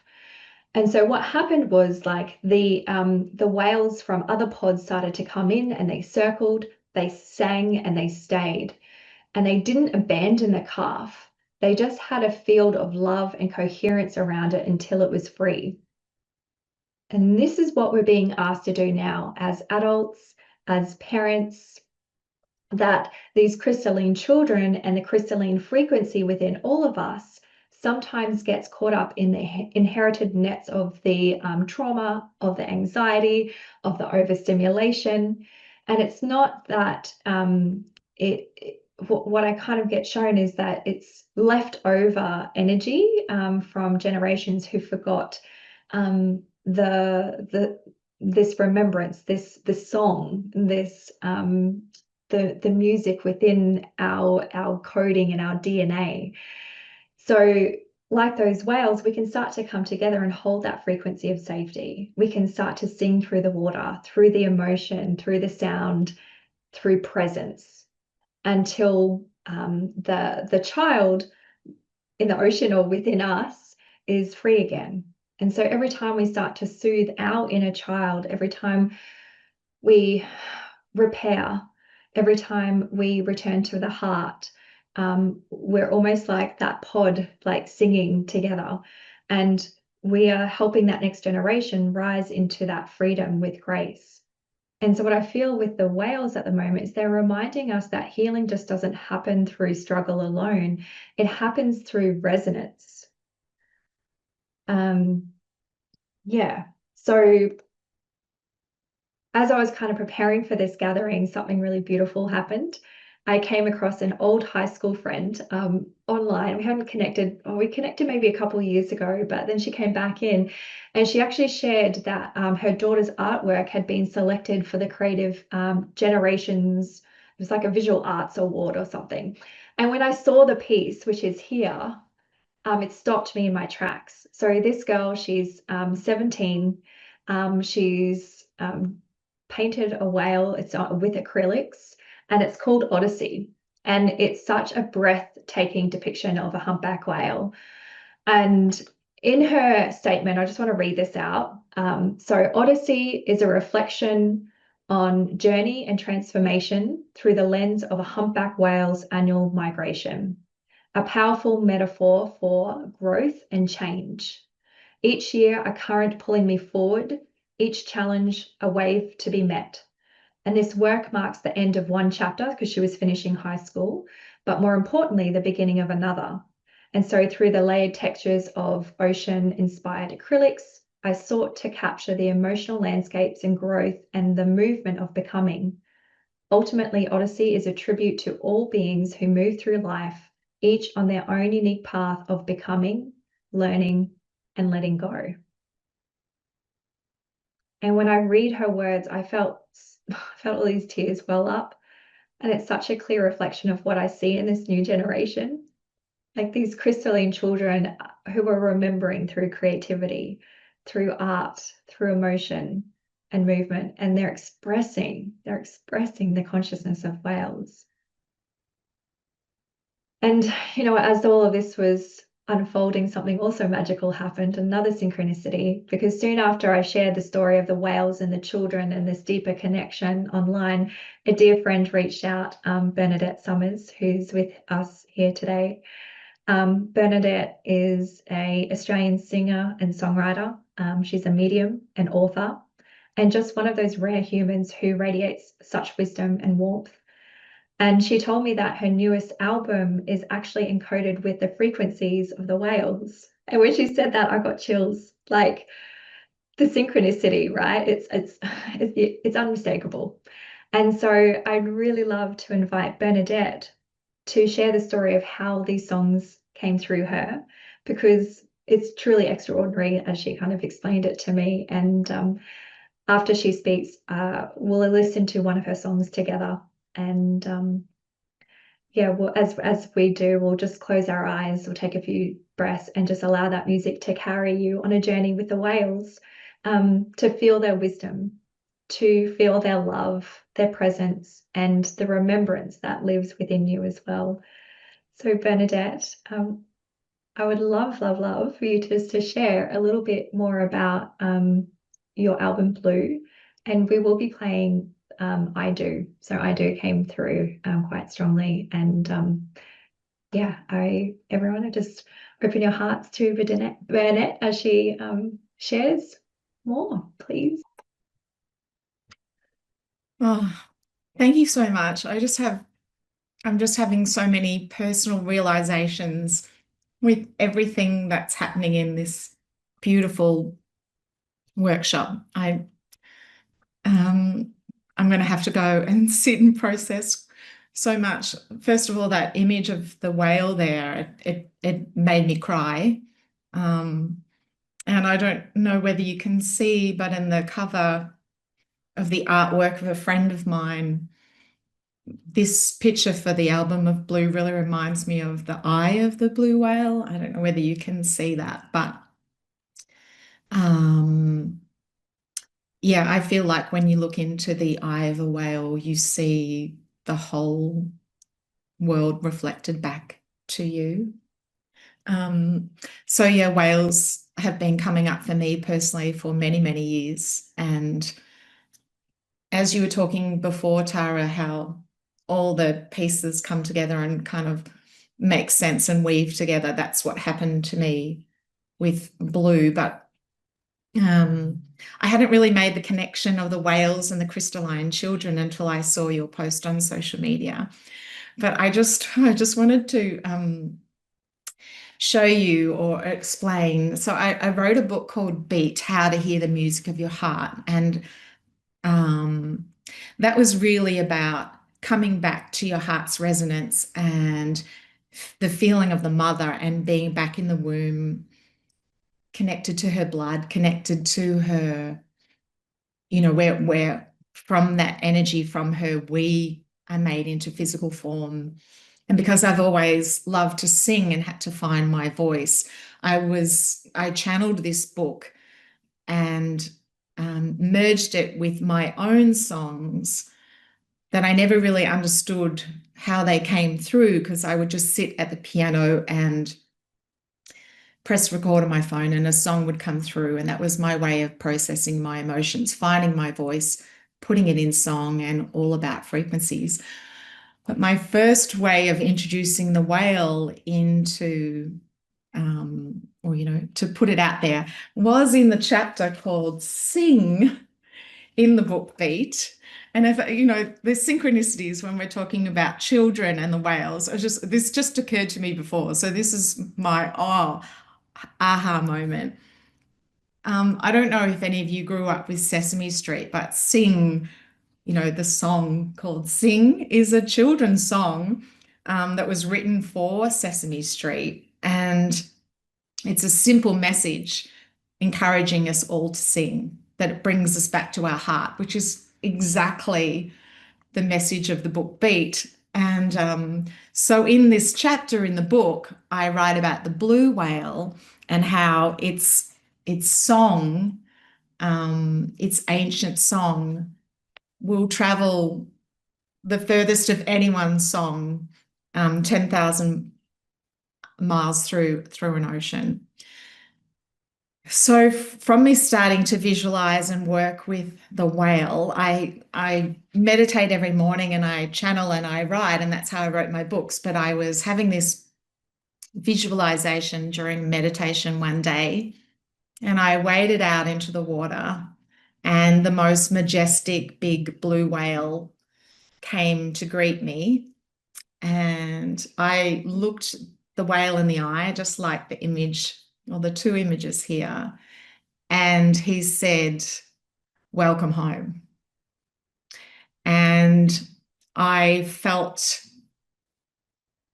more safe than I think I've ever felt in my whole life. And I felt that I reclaimed safety that I never really felt truly as a child. Long story and a complicated history in our family.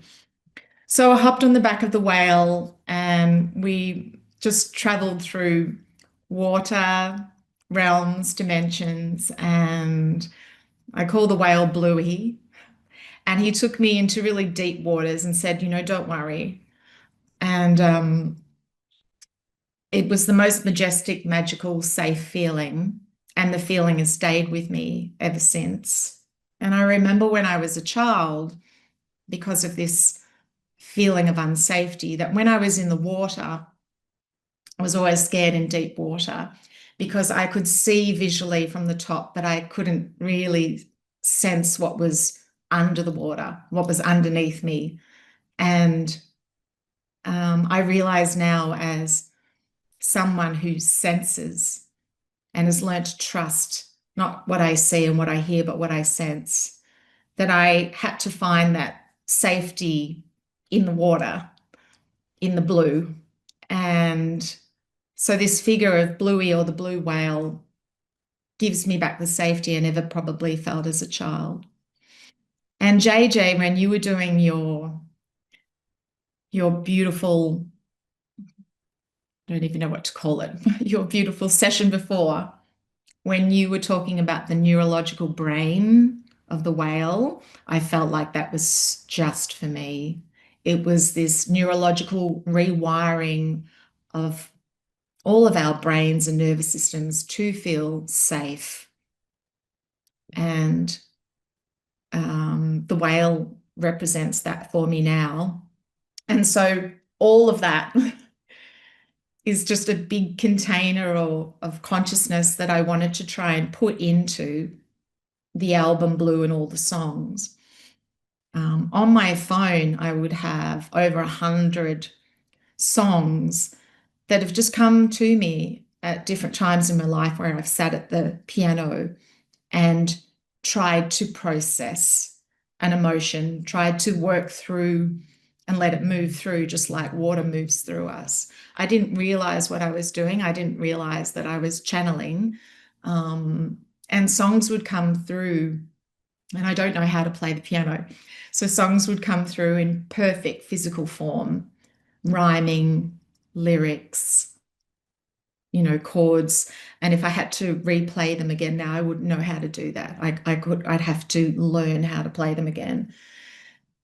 So when I was putting Blue together, I needed 8 as the infinity symbol of 8 songs that represented all the different emotions that I've had to move through in my life in order to feel safe, feel whole, and feel back at home.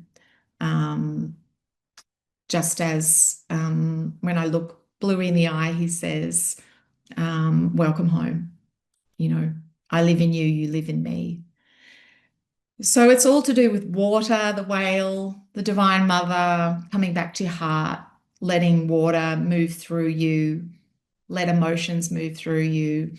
And the album is really about transcending the blue and reframing the color blue. And that color is now my star family color.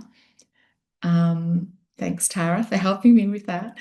But I think we're all here in physical form to transcend the blue, that any emotion that comes up needs to move through us like water.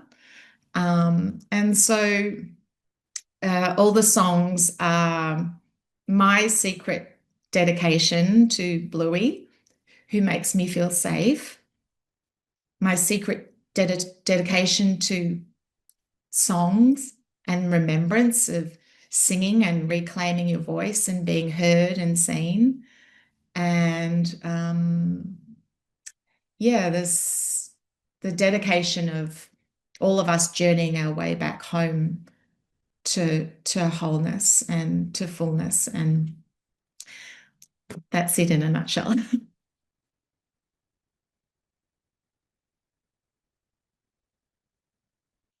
Thank you, Bernadette. I would love for all of us just to take a moment, just to maybe close our eyes and just allow the song I Do just take us on a journey now. So just take a few deep breaths and just allow you to journey with the whales, to feel their presence, their love, and just allow anything that kind of comes up after just to jot that down onto your paper as well. So with that being said, I'll just grab the song.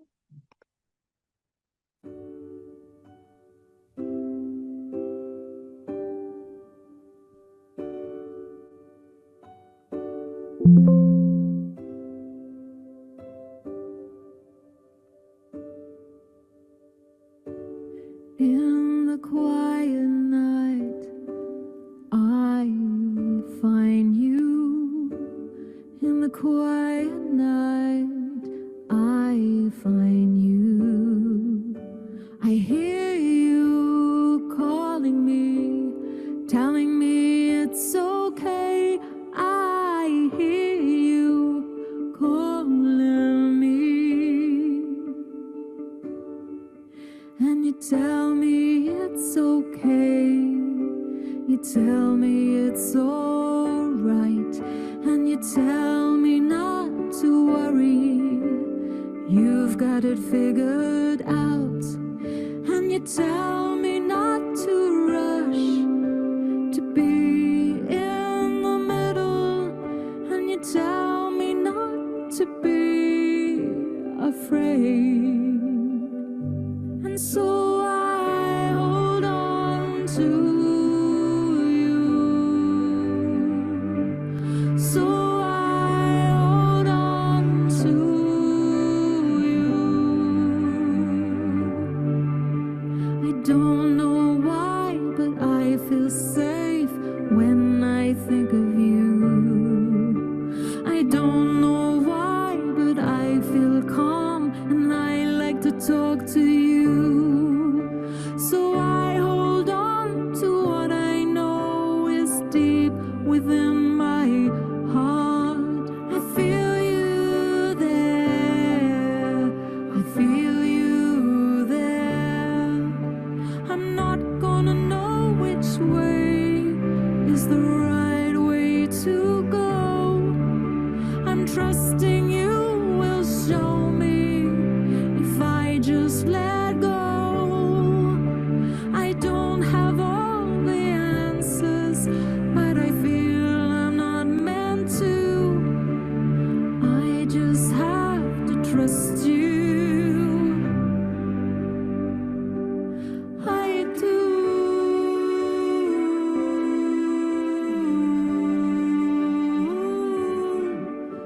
I do.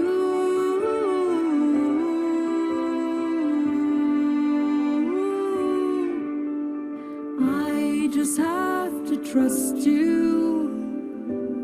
I do. I just have to trust you. I do. I do.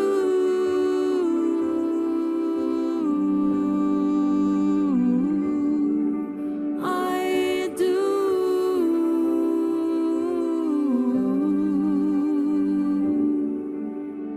I just have to trust you. I do. I just have to trust you. I do.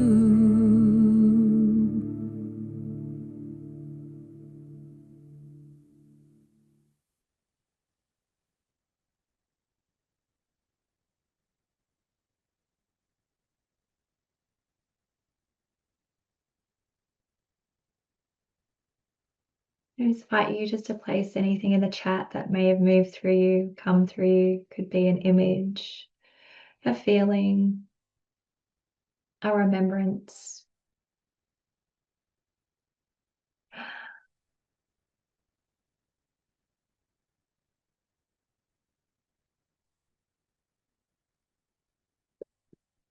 Felt like the masculine and feminine balance somehow. Yeah.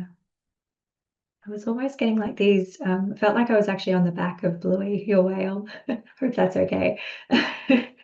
And it was almost like these bubbles were coming up out of behind, and it was like riding it. It was just like these codes of bubbles, and it felt like it was remembering how to breathe light underwater. It was really magical.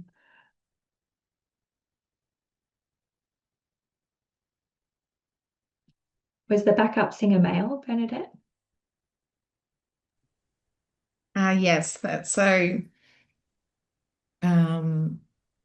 He included the absolute alchemist who put together the album. He does all of that on the computer, so he's a channel himself, and he lets the lyrics take him to know what to include. He's just quite an incredible man, but he added himself as the backup vocals. But I think it's funny that you call it a bit of a balance, because my business name is Perfect Balance. I don't feel I'm ever really in it, but I'm always striving to find this perfect balance. And it's just like the crystalline children and the whales, these two images here, the masculine and the feminine,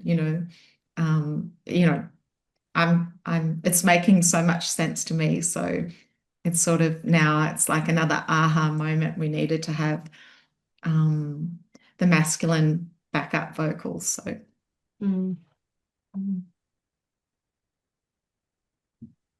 Very beautiful. And it's such a nice merging of the two, isn't it? Yeah. And I just think the whales, like they move as these big ancient librarians, and they breathe through the frequencies through the water, and their songs, the males are the ones that actually kind of like bring the new song up from the Antarctica, and that gets sent and harmonized through the earth oceans. But they also go down into the sandbed, and they knock their nose into the sandbed, and they put the frequency down into the ground as well. So they're not only harmonizing the water, but they're also harmonizing the land too. And I feel there's this deep connection with these codes that the whales are carrying, and the children is that it's that of harmonization, harmony, coherence, and it's just like hearing that. Like those bubbles, like each of those bubbles like carries a memory, like these crystalline codes before time that we're here to and ready to receive as well. That was so beautiful. Thank you. It felt like I was having a conversation with my heart. Yeah, it was very heart opening. I agree. Rachel was saying she was seeing a narwhal. Beautiful, beautiful. So what we might do is just take a moment just to connect with the people in our group here. And we'll just go out to have some little breakout rooms. So this is a beautiful space for you just to gently share maybe what's been moving through you during this experience, perhaps something that may be stirred during the music, or a realization from the family star codes, or even just an insight that arose through the transmission from JJ herself. And look, there's no right or wrong way to share here. It's just simply allow what wants to be expressed to come forward, and let it just be witnessed. Let it be witnessed by those in your group. And we'll have about 15 minutes. 17 minutes is coming through, which is interesting. Dropping that into my field. So I'll divide you up into groups, and I just invite you just to share maybe alphabetical order by first name, and just speak from the heart, listen with presence, and really just honor what's unfolding within you and between your group as well. And when that time is complete, we'll come back together and we'll gently close out our circle as well. So I just invite anyone just to, if they feel like they would like to, just to unmute themselves and even just share maybe some key themes that were coming through, just so we can get a gauge of what was also happening in the collective field. Yeah. One had to leave. Yeah. Fair enough. Well, Melissa and I had just an incredible connection, talking about the Divine Mother and Mother Mary, her being the Divine Mother for her only son. This divine masculine, feminine, Mary, Jesus kind of perfect balance kind of thing. So we could have talked for hours. It was very special. Beautiful. Thank you for sharing, Bernadette. That's beautiful, like almost like soul sisters, right? Moving through same frequency. I love what happens when these groups come together. We can just have that shared sense of at a soul level, you know. Yeah. Anyone else like to share? Sorry. No.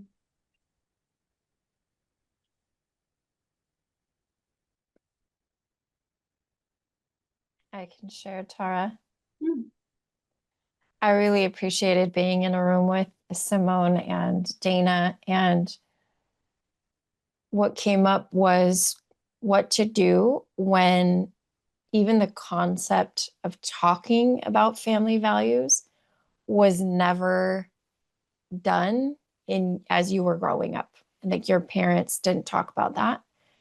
So it energetically felt like there's a need to kind of go back one step before that for some people who that might not even be possible for yet, and honor that if that's you or if you know somebody in that boat, that's okay. Like we don't, this is a stair step in there, but you might have 2 steps before it, or you may be 2 steps after it, but it's all part of it. And I just thought it was really, really helpful feedback on knowing and understanding that that's where that intuition piece of ours goes in. What came to me was something my husband and I used to teach when we were running a private school. And this was for teachers, but also parents who were homeschooling. And this was relationship before academics.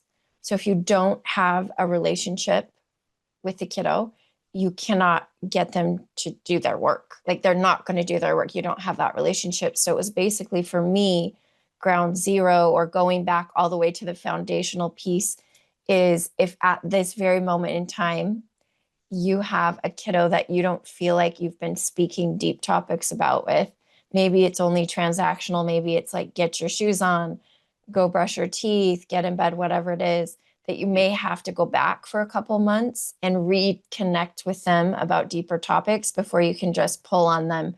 We're going to talk about what the family values are.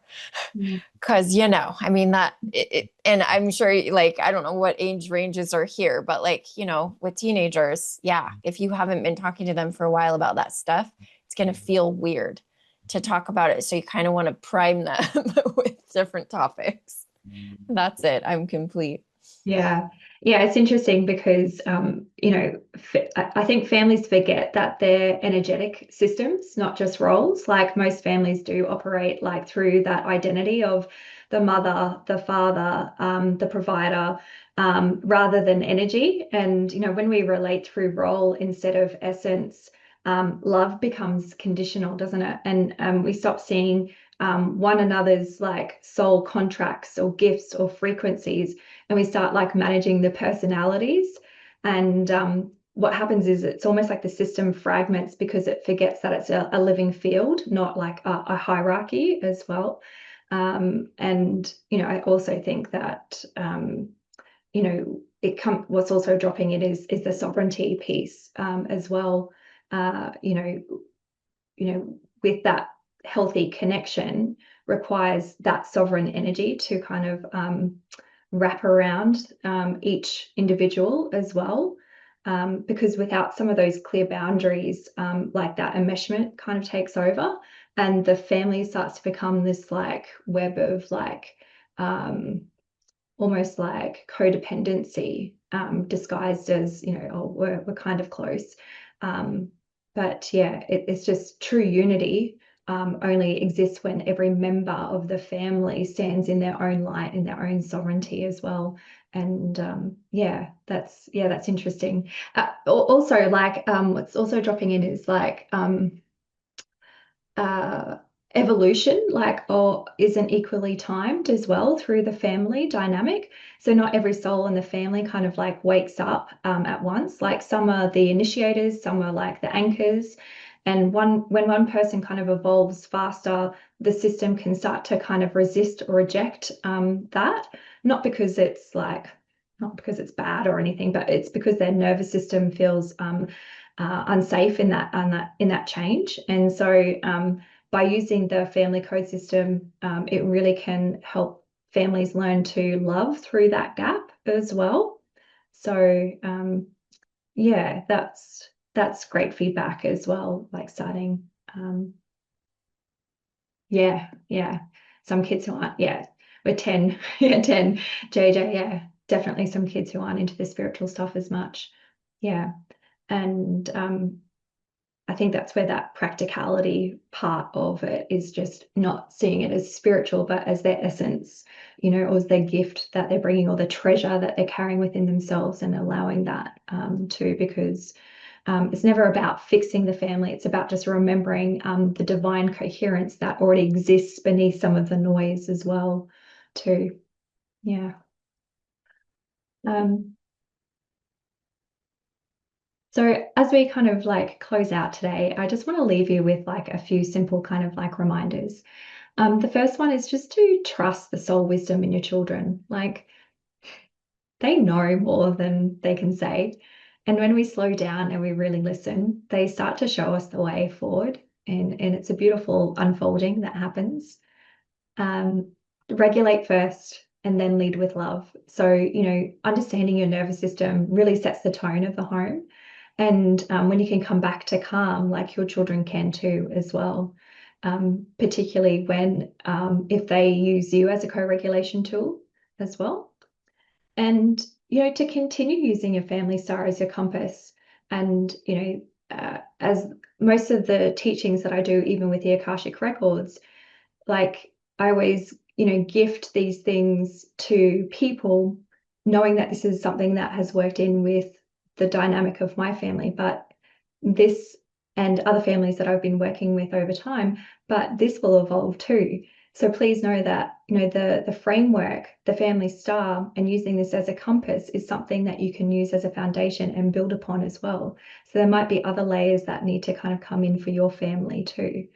So as you start to like use your family star as your compass, like allow it to guide your choices, your pace, your family's pace and connection, and just keep returning to it whenever things feel off. It just might need like a little recalibration. And, parenting and family systems, it's a living, like breathing system, and you're allowed to evolve, you're allowed to grow, and you're allowed to get it wrong and then repair it as well. And so when we start to look at it as like every day is just a new chance to come back into coherence, then we give ourselves that permission to allow that to guide us as well.